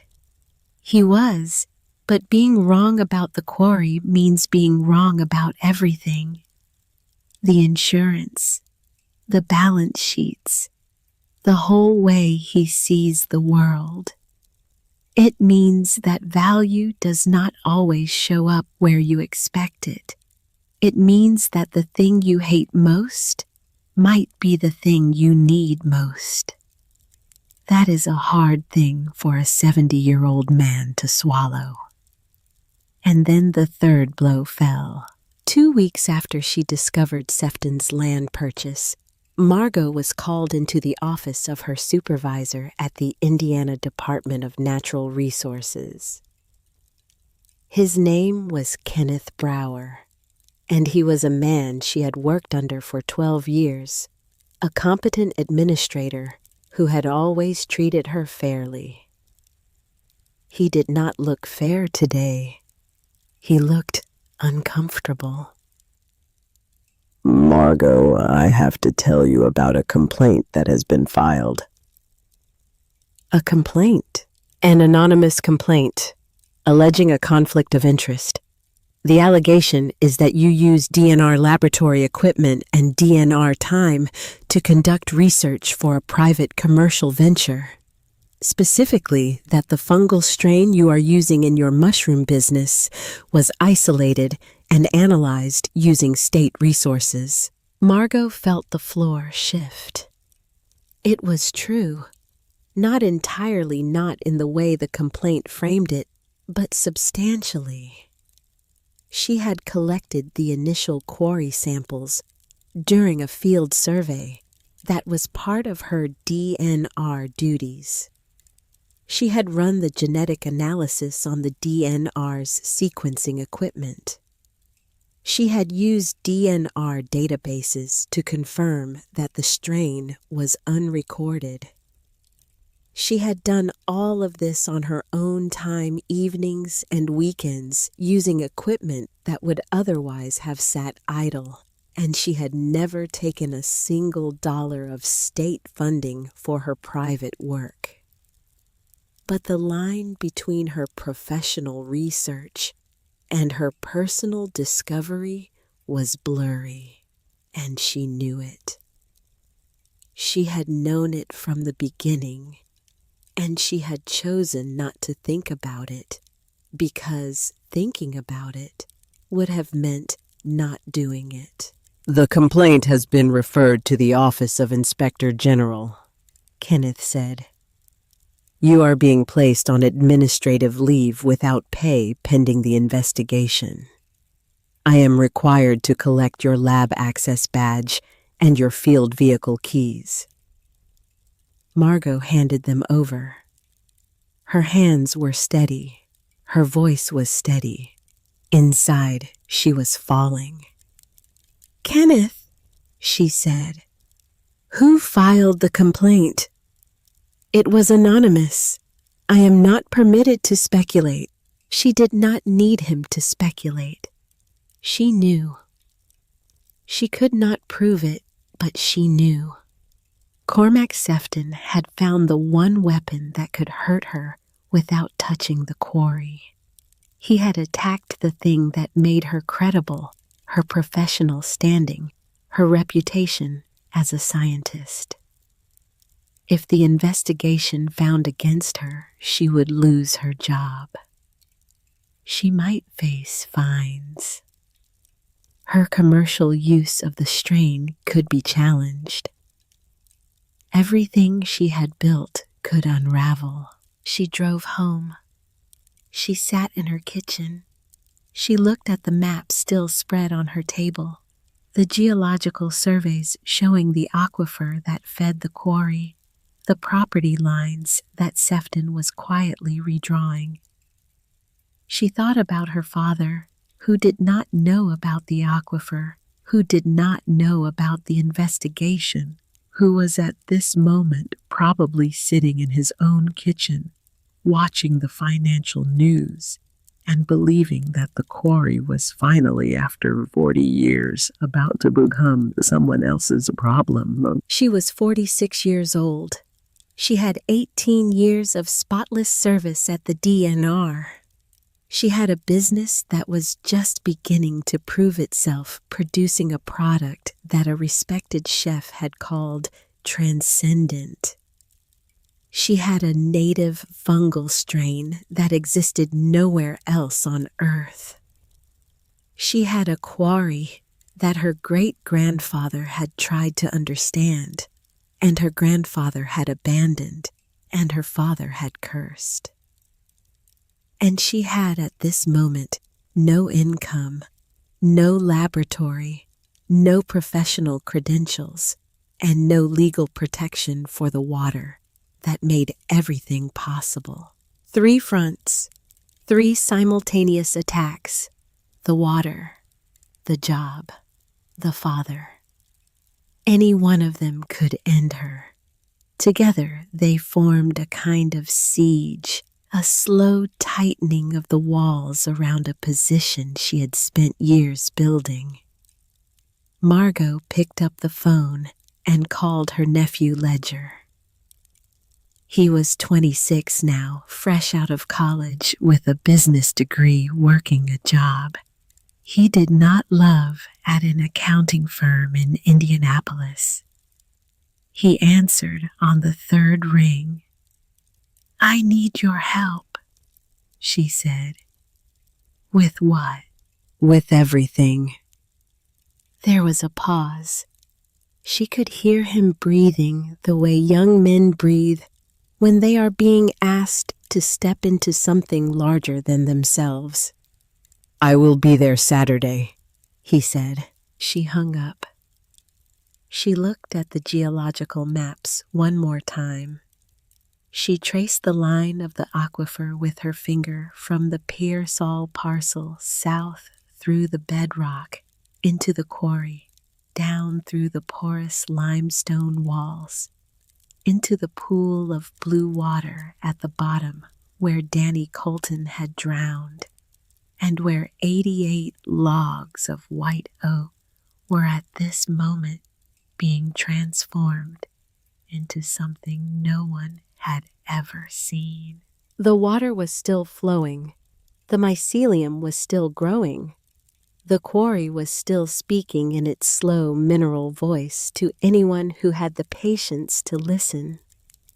The question was whether anyone would be left to hear it. Let me tell you about what happened next, because the story does not end with the woman standing alone in her kitchen, looking at a map.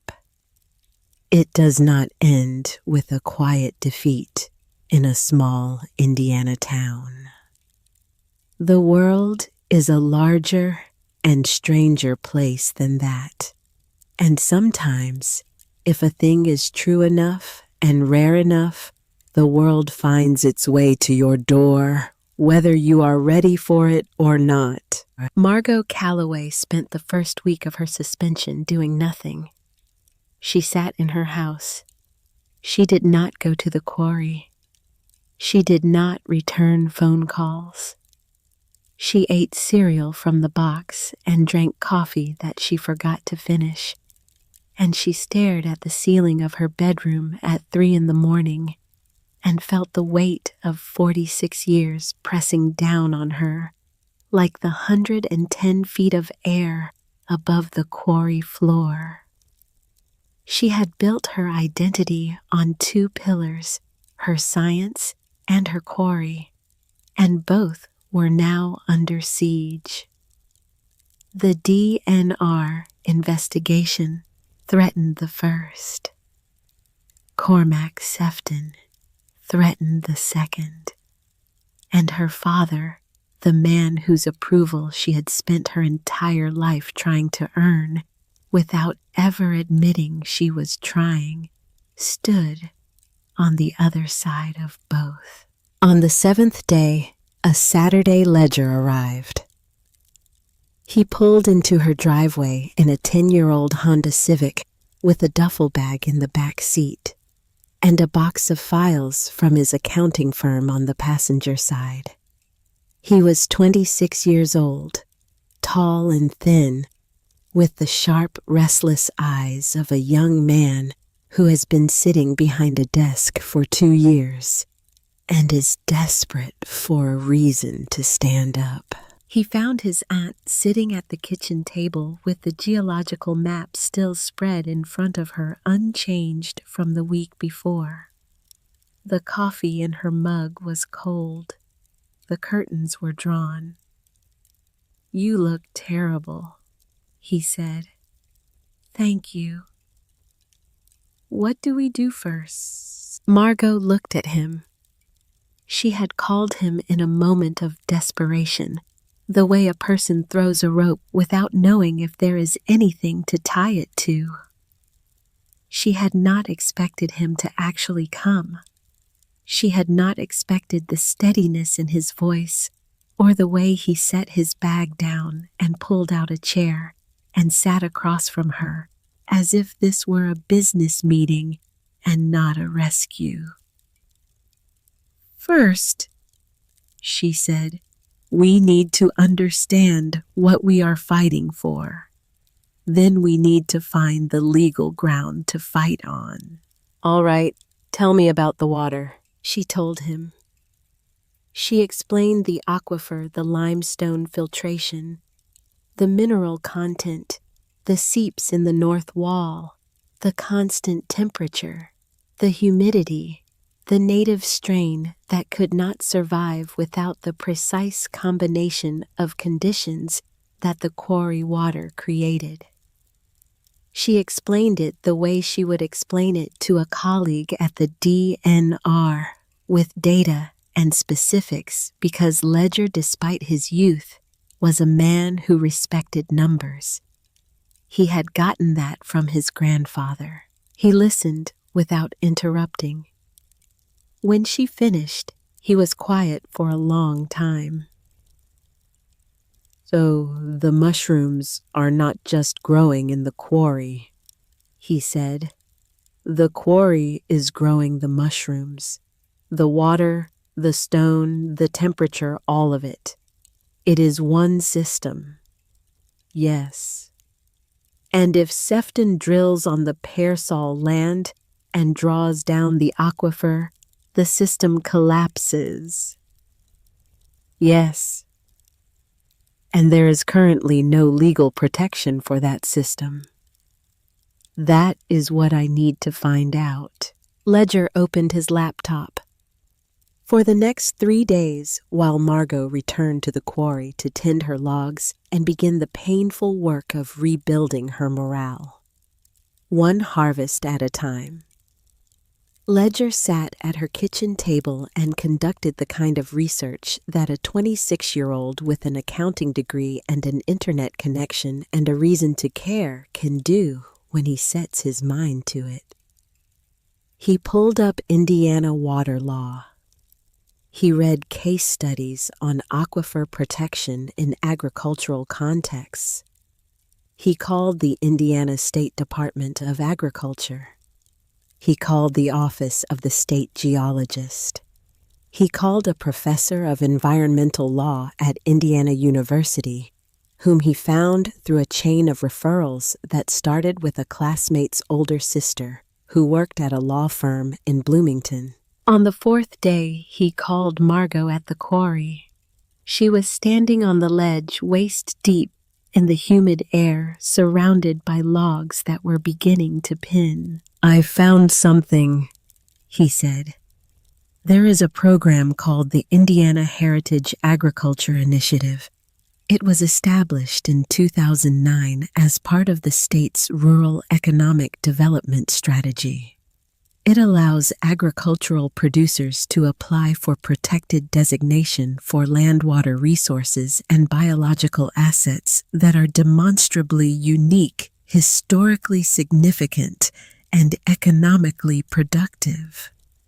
If a designation is granted, the protected resources cannot be diverted, drained, developed, or otherwise altered without a review by the State Heritage Agriculture Board. Margot leaned against the cool limestone wall. The stone was damp against her back. She could feel her heart beating in her temples. What qualifies? She asked. 3 criteria. First, the agricultural product must be biologically tied to a specific geographic resource in a way that cannot be replicated elsewhere. Second, there must be documented historical use of the resource for agricultural or food production purposes. Third, the operation must demonstrate current economic viability and community benefit. Margot closed her eyes. The native shiitake strain genetically unique, unable to survive outside the quarry's microclimate. Jedediah's journal documenting mushroom cultivation in the quarry from 1933 to 1948. 2 years of sales records, $12,000 a year to Hearth. 4 employees from the town, a product on the menu of one of Indiana's most celebrated restaurants. She had all 3. Ledger, she said, I need you to build me a file, every piece of data I have, the genetic analysis of the strain, the mineral content of the water, the temperature and humidity logs from 3 years of monitoring, the sales records, the tax filings, Theo Brandt's purchase orders, and I need a copy of Jedediah's journal. Where is the journal? In a box in my father's basement. There was a pause. Does he know about it? I do not know, Margot said, and that was the truth. She had found the journal 2 years earlier, and she had never mentioned it to Harlan. She had assumed he did not know it existed.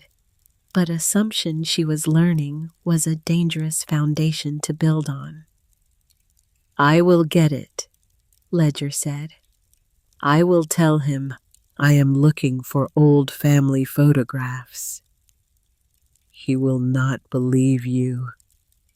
He does not have to believe me. He just has to let me in the basement. Ledger drove to Harlan's house that afternoon. What passed between them, Margot never learned in full.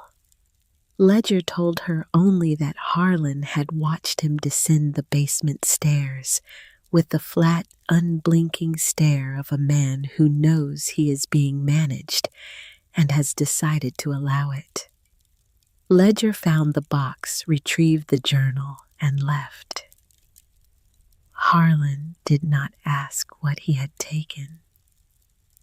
He did not ask why. He stood on his porch and watched his grandson drive away and said nothing, which in the Calloway family could mean anything from indifference to approval to a grief too large for language. Margot spent the next 6 weeks building the application. She worked at her kitchen table surrounded by papers and printouts and the leather-bound journal that smelled of dust and time. She wrote the narrative herself in the careful, precise language of a scientist, making a case, but with an undertone of something deeper, something personal that crept in around the edges, no matter how hard she tried to keep it out. She described the quarry's geology. She described the microclimate. She described the native strain and its genetic uniqueness. She reproduced key entries from Jedediah's journal documenting 90 years of continuous fungal growth in the quarry. She included 3 years of temperature and humidity data plotted on graphs that showed the extraordinary stability of the quarry environment. She included her sales records, her tax filings, a letter from Theo Brandt attesting to the quality and uniqueness of the product, and letters from 4 other chefs in Indianapolis and Louisville who had purchased her mushrooms and wanted more. Ledger handled the financial projections. He built a model showing the quarry's potential output at full capacity, 5,000 logs in rotation, producing approximately 200 pounds per week, over a 30-week season, generating gross revenue of over $500,000 annually at a conservative price of $80 per pound. The profit margin, given the near-zero cost of the quarry's natural resources, was north of 85%. He compared this to the net economic benefit of Sefton's proposed subdivision, which, after accounting for infrastructure costs, school impact fees, and the inevitable decline in property values that accompanies high-density development in rural areas, was significantly less impressive than the $20 million headline suggested. Margot did not hire a lawyer to argue her case. She hired a lawyer to file the paperwork, a young woman from Bedford named Sarah Keneally, who specialized in agricultural law, and who took the case at a reduced fee because she had eaten Margot's mushrooms at Hearth and believed in them. Sarah's role was administrative.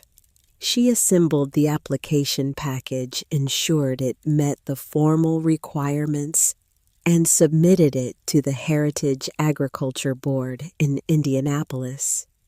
The strategy, the evidence, the argument, all of it was Margot's. While the application was pending, something else was happening, something Margot had not planned and could not have predicted. A food writer from Chicago named Philip Nesmith had eaten at Hearth on a Saturday night in the spring of 2023.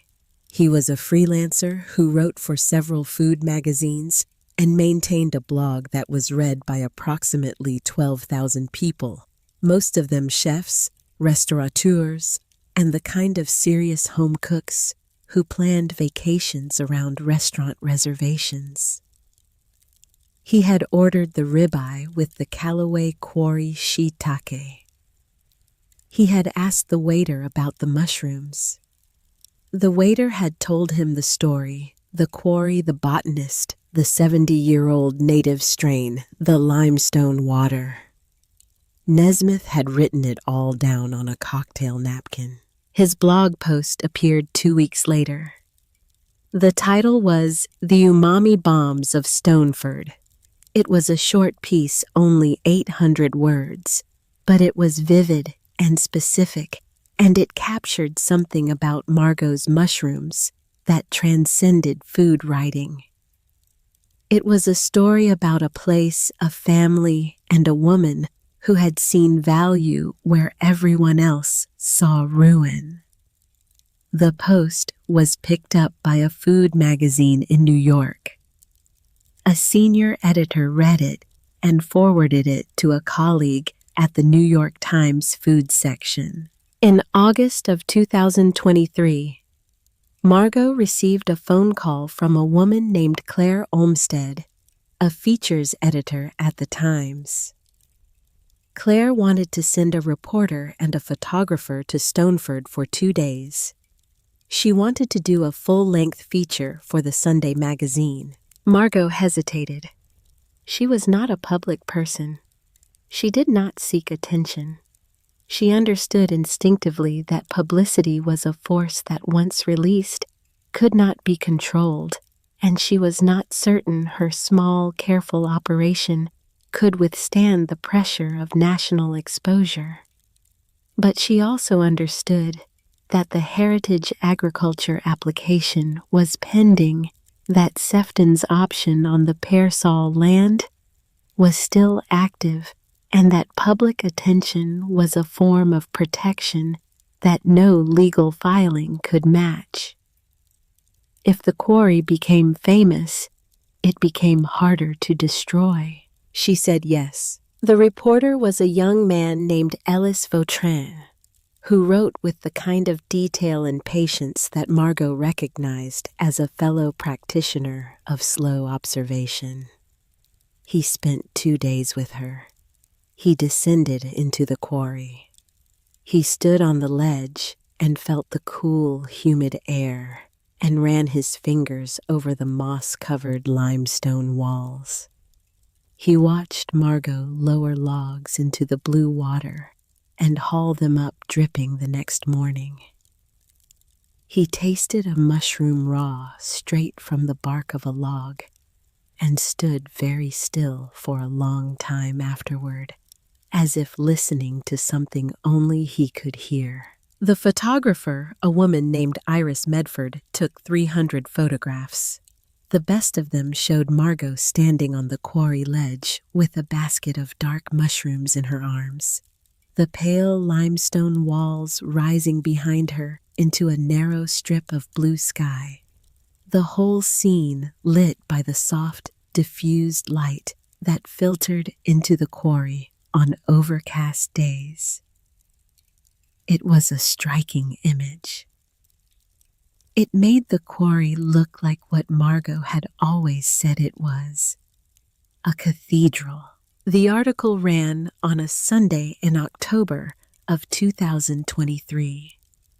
The headline read, "The Terroir of the Stone."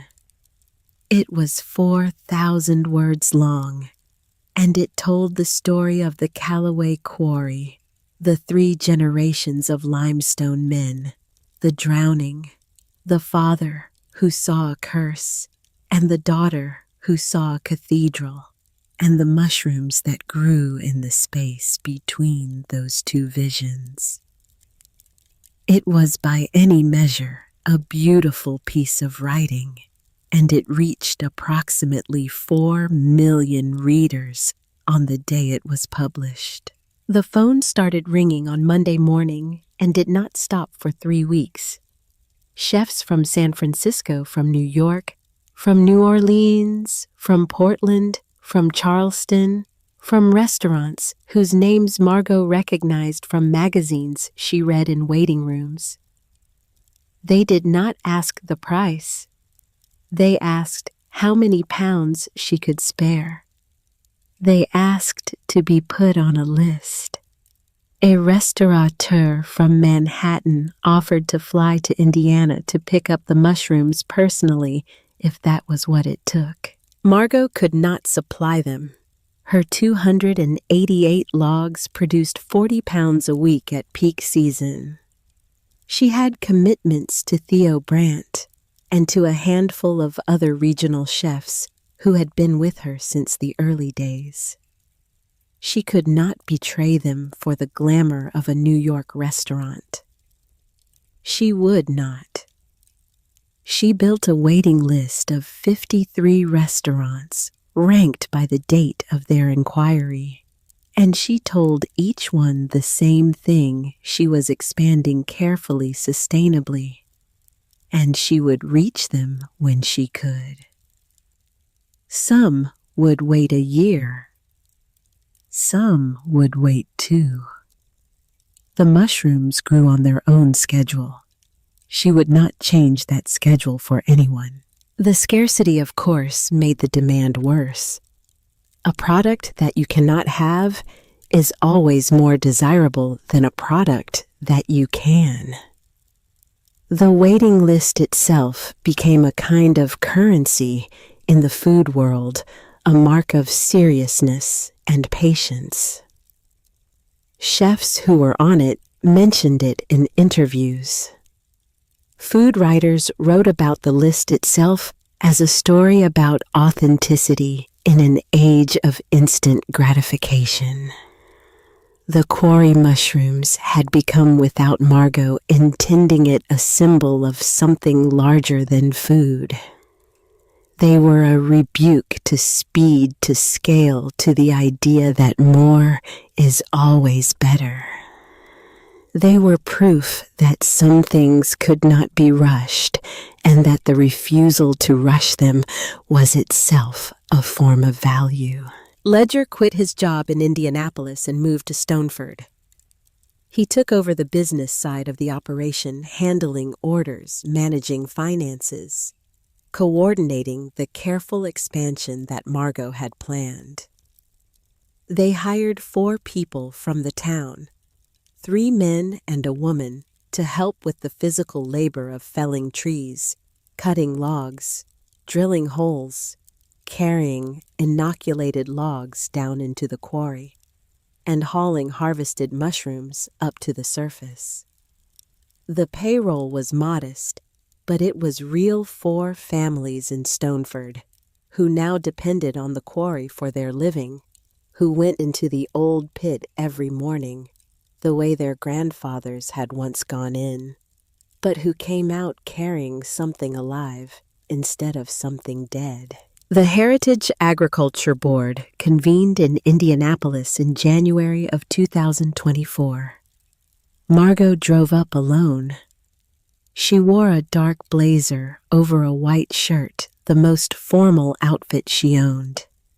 She carried a binder containing every piece of evidence she had assembled over the previous months, organized with the same meticulous care she had once applied to cataloging fungal species in the state forests. The board consisted of 7 members, a mix of agricultural scientists, rural economists, and state officials.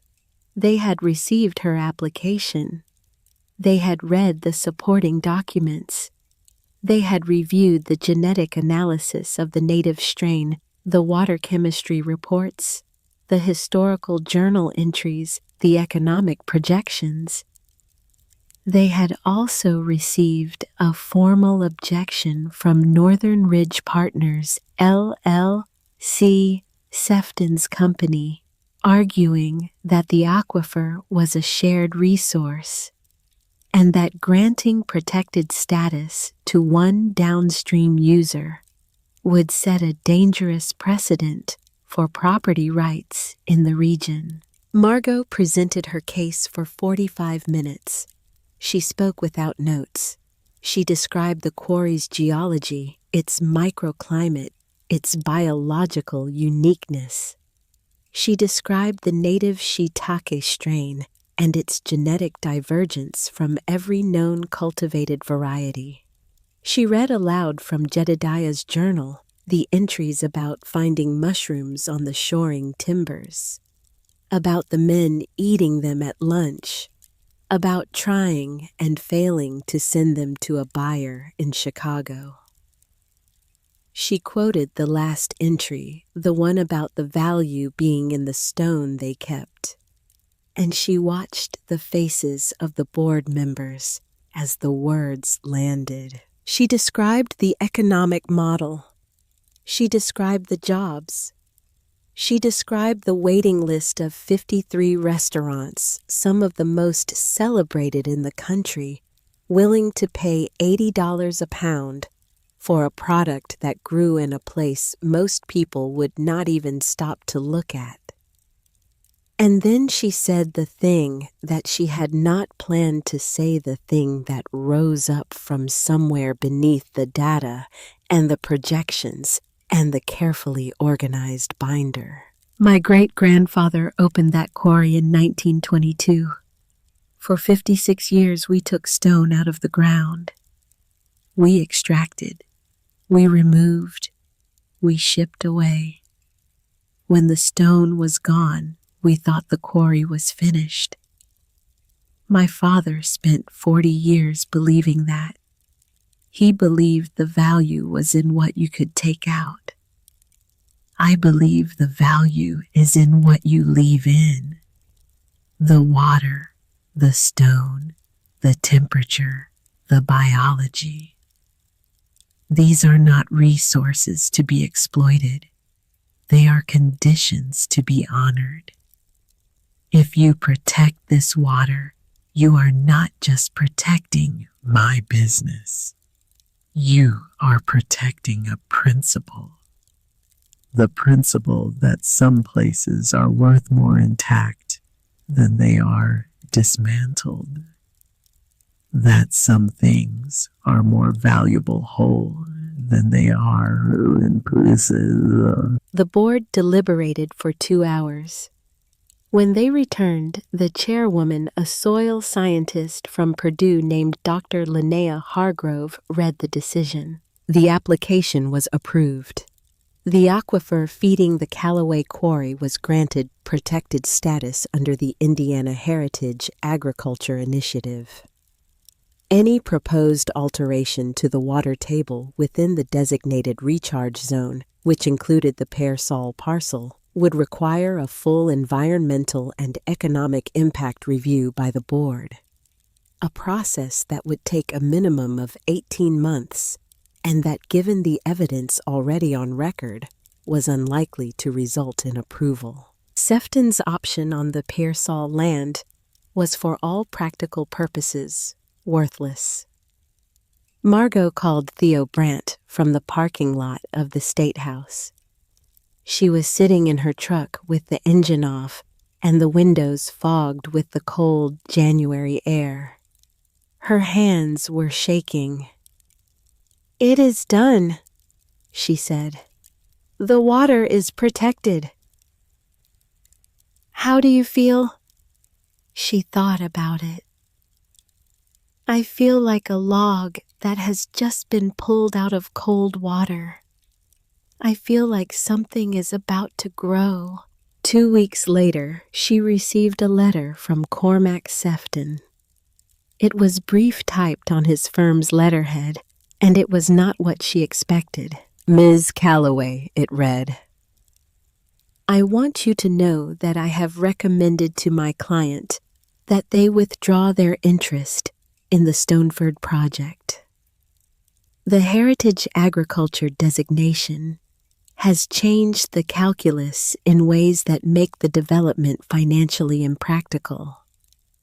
But I also want you to know that the designation is not the only reason. I sat in that board hearing and I listened to you speak about the quarry, and I realized something that I should have realized at the town meeting 2 years ago. I was looking at the land and seeing a surface. You were looking at the same land and seeing a depth. I have spent my career converting distressed properties into productive ones, and I believed that productivity meant construction. You showed me that productivity can mean cultivation. I do not know how to put a value on what you have built, and that, I think, is exactly the point. I wish you well. Sincerely, Cormac Sefton. Margot read the letter twice. She folded it and put it in the binder with the rest of the quarry documents. Sefton was not a villain. He was a man who had been trained to see the world one way, and who had encountered, perhaps for the first time, evidence that there was another way to see it. Whether he would remember that lesson or forget it the moment he moved on to the next project, Margot did not know. But the letter was honest, and she respected honesty even from the man who had tried to take her water. The DNR investigation concluded in March of 2024. The finding was mixed. The Inspector General determined that Margot had used state equipment for personal research, which was a violation of DNR policy, but that the use had been minimal, had occurred entirely on her own time, and had not diverted any state resources from their intended purpose. She received a formal reprimand and a 30-day suspension, which she had already served. Her employment was reinstated. She did not go back. She submitted her resignation the following week. The quarry was her work now. It was the only work that mattered. Spring came. The logs pinned. The mushrooms grew. Ledger managed the orders and the expansion. They had 1,000 new logs in the incubation phase, inoculated with the native strain stacked on new racks that they had built deeper in the quarry, on ledges that Margot had identified during her childhood explorations, and that no one else had ever thought to use. The quarry was slowly being transformed from a wound into a garden, from a place of extraction into a place of cultivation. And the transformation was happening on a timeline that honored the speed of stone and water rather than the speed of money and ambition. In the summer of 2024, a chef in Chicago named Roland Eames called Margot with an idea. Eames ran a restaurant called Alabaster that had 2 Michelin stars and a reputation for serving food that blurred the line between cuisine and art. He was also the chairman of a charity that operated food banks across the south side of Chicago. Every autumn, the charity held a gala dinner and auction to raise funds. "I want you to donate a lot of your mushrooms to the auction," he said. "A small amount, the best you have. People will pay a fortune for them." The story is perfect. An abandoned quarry in Indiana producing the most sought-after mushrooms in the country. The food world will lose its mind. Margot was skeptical. She did not like the idea of her mushrooms being treated as a luxury commodity auctioned off to wealthy people in evening wear. It felt wrong, a betrayal of the quiet, patient process that produced them. But the money would go to feed people who were hungry, and that was a purpose she could not argue with. She agreed. She waited for the autumn flush, the last major harvest, before the first hard frost shut down production for the winter. She selected the mushrooms herself, choosing only the most perfect specimens from a single flush harvested at the precise moment when their caps had fully opened, but their gills were still pale and clean. She weighed them on the certified scales she had used since the farmer's market days. 2.1 pounds. She packed them in a box she had built herself from white oak, the same wood the logs were made from, and she lined the box with cool, damp moss she had gathered from the north wall of the quarry. The moss smelled of limestone and patience and the slow mineral breath of 340 million years of geology. She shipped the box to Chicago by overnight courier insured for $500, which was all the courier company would allow. She thought it was an absurd amount of insurance for 2 pounds of mushrooms. She would learn within 48 hours how wrong she was. The charity gala was held on a Saturday evening in October of 2024 in the ballroom of a hotel on Michigan Avenue. Margot did not attend. She did not own a gown. She did not want to stand in a ballroom full of strangers and watch people bid on the thing she had spent 12 years building. It felt too intimate, too exposing, like watching someone read your diary aloud to a room. Instead, she set up her laptop on her father's kitchen table. Harlan was 78 years old. He had grown thin in the past year, his frame whittled down by the slow erosion of age and the accumulated weight of a lifetime of carrying things he refused to put down. He moved carefully the way old men move when they have begun to distrust their own bodies. His hands, which had once been strong enough to carry a dead boy out of a quarry, trembled slightly when he lifted his coffee cup. But his eyes were clear and his mind was sharp, and he still watched the financial news every afternoon with the critical attention of a man who believed that the numbers on the screen were the truest measure of the world. He sat in his usual chair. Margot sat beside him.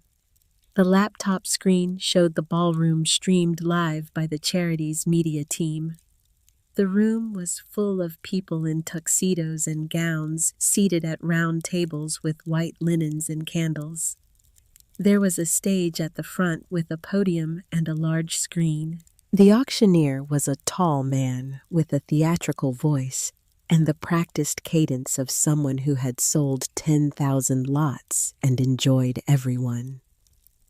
He introduced the Callaway Quarry lot with the flair of a storyteller, which in his profession he was. He told the room about the abandoned quarry. He told them about the 70-year-old native strain. He told them about the botanist who had seen a cathedral where her father saw a curse. He did not mention Danny Colton. He did not mention the lawsuit. He did not mention the 40 years of failure. He told the beautiful version of the story, the version that ended with mushrooms instead of grief. And the room listened the way rooms listen when they are being told something they want to believe. Ladies and gentlemen, The auctioneer said, "We will start the bidding at $500 per pound." A paddle went up immediately, then another. 500, 600, 700 on the left, 800. Do I hear 1,000? A woman at a center table raised her paddle without looking up from her wine glass. $1,000 per pound. Ladies and gentlemen, we are at 1,000. Do I hear 1,500? A man standing at the bar raised his hand. 1,500. 2,000 on the phone. 2,500 at the back table. 3,000. Do I hear 3,000? Margot watched the numbers climb on the screen. She could feel her pulse in her throat, a rapid, insistent drumming that she could not slow. Beside her, Harlan sat perfectly still. He was watching the screen with the expression of a man witnessing something he does not have the framework to process, the way a person watches a solar eclipse or a building collapse, knowing that what he is seeing is real, but unable to connect it to anything in his experience. 3,500. On the floor now. 3,800 on the phone. Do I hear 4,000? A man at a front table, silver-haired and tanned, raised his paddle with the casual authority of someone who has bid on many things and expects to win. $4,000 per pound. I have 4,000. The room is alive, ladies and gentlemen. Do I hear 4,200? The bidder on the phone came back. The auctioneer pointed to his assistant, who nodded. 4,200 on the phone. Selling at $4,217 per pound. Going once, going twice. The gavel came down. Sold. 2.1 pounds at $4,217 per pound. The total for the lot is $8,856.33. Congratulations to our telephone bidder, and thank you to Margot Calloway of Stoneford, Indiana, for this extraordinary donation. The ballroom erupted in applause. On the laptop screen, the camera panned across the faces of people in evening wear, clapping, turning to each other, shaking their heads in delighted disbelief. The number hung on the large screen behind the podium like a verdict rendered by a court that Harlan Calloway had never known existed. $8,856.33 for 2.1 pounds of mushrooms. In the small kitchen in Stoneford, Indiana, there was no applause. There was no sound at all except the hum of the refrigerator and the faint, tinny echo of the Chicago crowd coming through the laptop speakers. Margot looked at her father. Harlan was staring at the number on the screen. His face was pale. His expression was not readable in any language that Margot knew, and she knew his face better than she knew her own. It was not joy. It was not pride. It was not anger or resentment or the bitter vindication of a man who has been proven right. It was something else, something that lived below all of those emotions in a place that Harlan Calloway had kept locked for 40 years. He had spent a lifetime trying to get $10,000 for 12.7 acres of rock and water. A woman on a screen had just announced that 2 pounds of its fruit were worth nearly that much.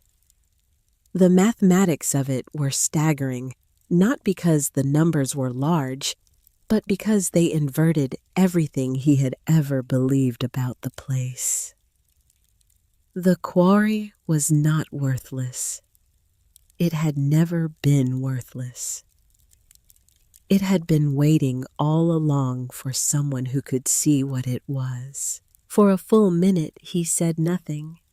He sat in his chair and looked at the screen where a photograph of Margot's mushrooms was displayed beside the price, and he breathed slowly, and the kitchen was so quiet that Margot could hear the clock on the wall above the stove ticking off the seconds the way it had ticked off the seconds of her entire childhood. Then Harlan pushed his chair back from the table. He stood up slowly, bracing himself on the table edge with one hand. He walked out of the room without speaking. Margot sat alone. She stared at the laptop screen where the gala had moved on to the next lot. Some other chef's donation, some other story. She thought this was it. The silence was his only concession. The man who had called the quarry worthless 1,000 times over 40 years would not find the words to say he had been wrong, because finding those words would mean dismantling the architecture of his entire adult life, and Harlan Calloway was too old and too proud and too damaged to do that. She was closing the laptop when she heard his footsteps in the hallway. He came back into the kitchen. He was carrying 2 things. In his right hand, he held a brittle yellowed piece of paper. It was folded in thirds, the way legal documents were folded a century ago, and the creases were so deep and so old that the paper had nearly separated along the lines. Margot recognized it before he unfolded it. It was the original deed to the quarry property dated March 14th, 1922. At the bottom, in faded ink that had once been black and was now the color of weak tea, was the signature of Jedediah Calloway. Below it was the signature of the county clerk and the seal of Lawrence County, Indiana. In his left hand, he held a small leather-bound journal. He laid the deed on the table in front of Margot. Then he laid the journal beside it. His hands were trembling, not with age, though age was part of it, with something else, with the physical cost of what he was about to say. "Your great-grandfather," Harlan said, and his voice was raspy, barely above a whisper. The voice of a man speaking words that have been locked in a room inside him for decades and have grown stiff from disuse. He always said the value was in the stone. He paused. He swallowed. He looked at the journal on the table, and Margot saw something in his eyes that she had never seen before, not in 46 years of watching this man's face. She saw fear. "He just did not know which kind," Harlan said. Then he sat down heavily in his chair. He put his hands flat on the table on either side of the deed and the journal, and he looked at his daughter. "I knew about the journal," he said. "I found it in 1992 after your grandfather died. I read every word of it." Margot felt the air leave her lungs. "I read what he wrote about the mushrooms. I read what he wrote about the value being in the stone we keep, and I buried it. I put it back in the box, and I sealed the box, and I put it in the basement, and I never opened it again." "Why?" Margot said. The word came out as barely a breath. Harlan did not answer immediately. He looked at the table. He looked at the deed. He looked at the journal. He looked at his hands, which were spotted with age and scarred from decades of work. The hands that had carried Danny Colton out of the quarry water on a July afternoon in 1986. "Because of Danny," he said. "Because I could not allow that place to be anything but what I needed it to be. I needed it to be cursed. I needed it to be worthless. Because if it was valuable, if there was something good in it, then Danny died for nothing. He died in a place that had something to offer, and I missed it.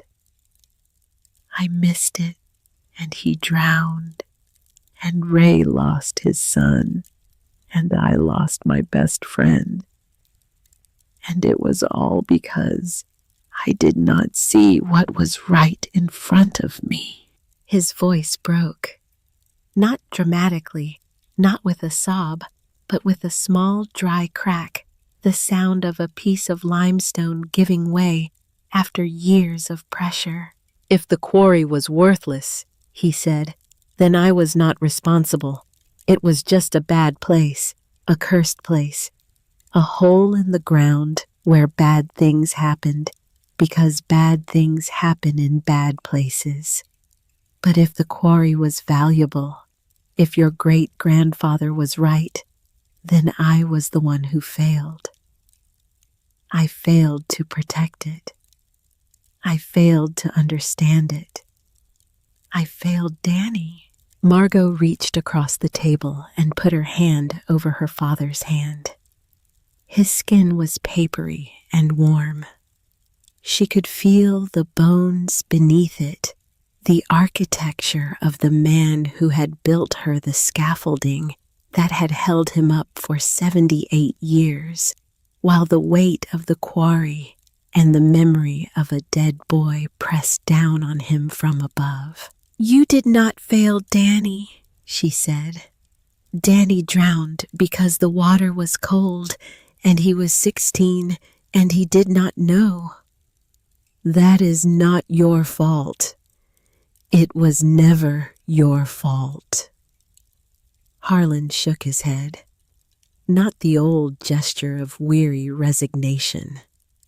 A different gesture, smaller, sadder, the shake of a man who has been told something he has waited his whole life to hear and is not sure he is allowed to believe it. "Your mushrooms," he said. "They are good. They are more than good. I knew that the first time I tasted them. I knew it when I said they were all right. All right was the most I could give you, because giving you more would have meant admitting that the quarry had given you something, and I was not ready for that." He looked at the laptop, now closed where the number had been. "I am ready now," he said. That was all. But it was everything. Harlan Calloway passed away in the winter of 2025, 3 months after the auction. He died in his sleep in the house he had lived in for 50 years, 800 yards from the quarry gate. The cause was heart failure, which the doctor noted on the certificate, but which Margot understood was a diagnosis that covered a much wider territory than the medical definition allowed. When she was cleaning out his desk 3 weeks after the funeral, she found a small, lacquered box tucked into the back of the bottom drawer, behind a stack of old insurance policies, and a photograph of Ray Colton taken at a church picnic in 1983. The box was dark wood, polished smooth, the kind of box a man might keep a pocket watch in or a military medal. She opened it. Inside, resting on a piece of white cotton, was a single dried shiitake mushroom. It was dark, shrunken, its cap wrinkled by time, but its form was unmistakable. The pale white flecks were still visible on its surface, faded but intact. It was one of the mushrooms from the first harvest, the batch she had brought to Harlan's kitchen in August of 2013, the batch he had tasted and judged to be all right. He had saved it.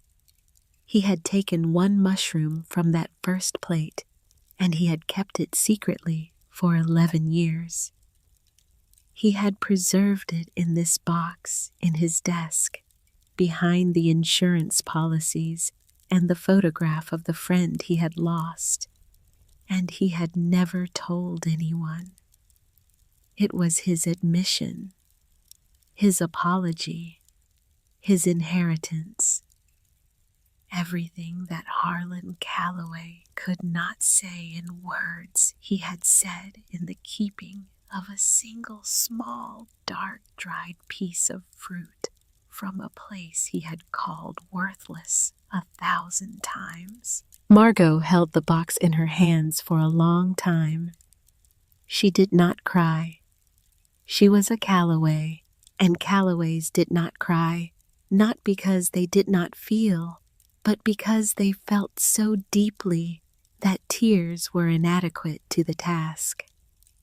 She held the box, and she smelled the faint, lingering scent of dried mushroom and old wood, and she understood that her father had loved the quarry all along. He had loved it the way people love the things that hurt them most silently, secretly, and with a ferocity that looks from the outside exactly like hate. The Callaway Quarry Mushroom Company now has 3,000 logs in rotation. Ledger runs the day-to-day operations. They employ 4 people from the town. They sell every mushroom they can produce at a fixed price of $80 per pound to a permanent list of 30 restaurants that stretches from Chicago to Charleston.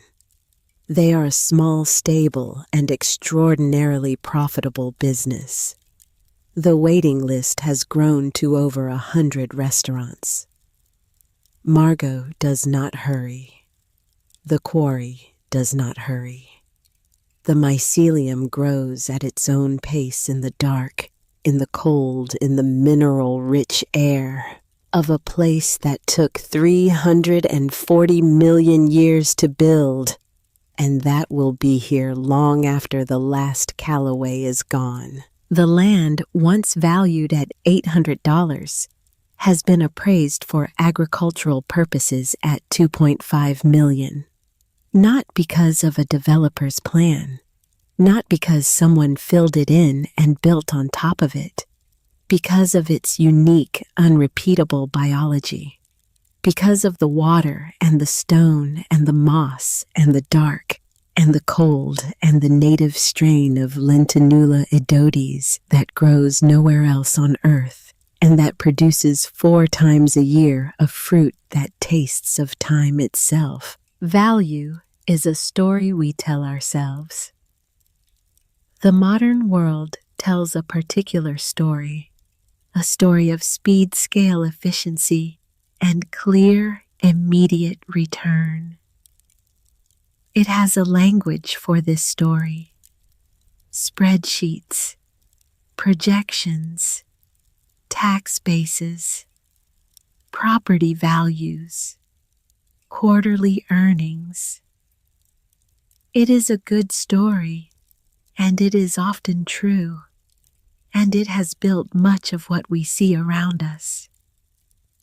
But it is not the only story. There is another older story. It is a story about patience, about observation, about the deep, slow wisdom of a place. It is a story that understands that a liability in one system may be the most valuable asset in another. That a wound can become a womb. That the thing you have been trying to get rid of your entire life may be the thing that saves you, if only you can learn to read it differently. This story is not told in boardrooms. It is not projected on screens or printed in quarterly reports. It is written in the language of moss and water and stone and time. It cannot be rushed. Its value cannot always be captured on a balance sheet. But when it finally bears fruit, when the slow, patient work of years and decades and generations finally pushes through the bark, and opens its cap to the cool, damp air, it is worth more than anyone could have imagined. What is worthless is only what we have failed to understand.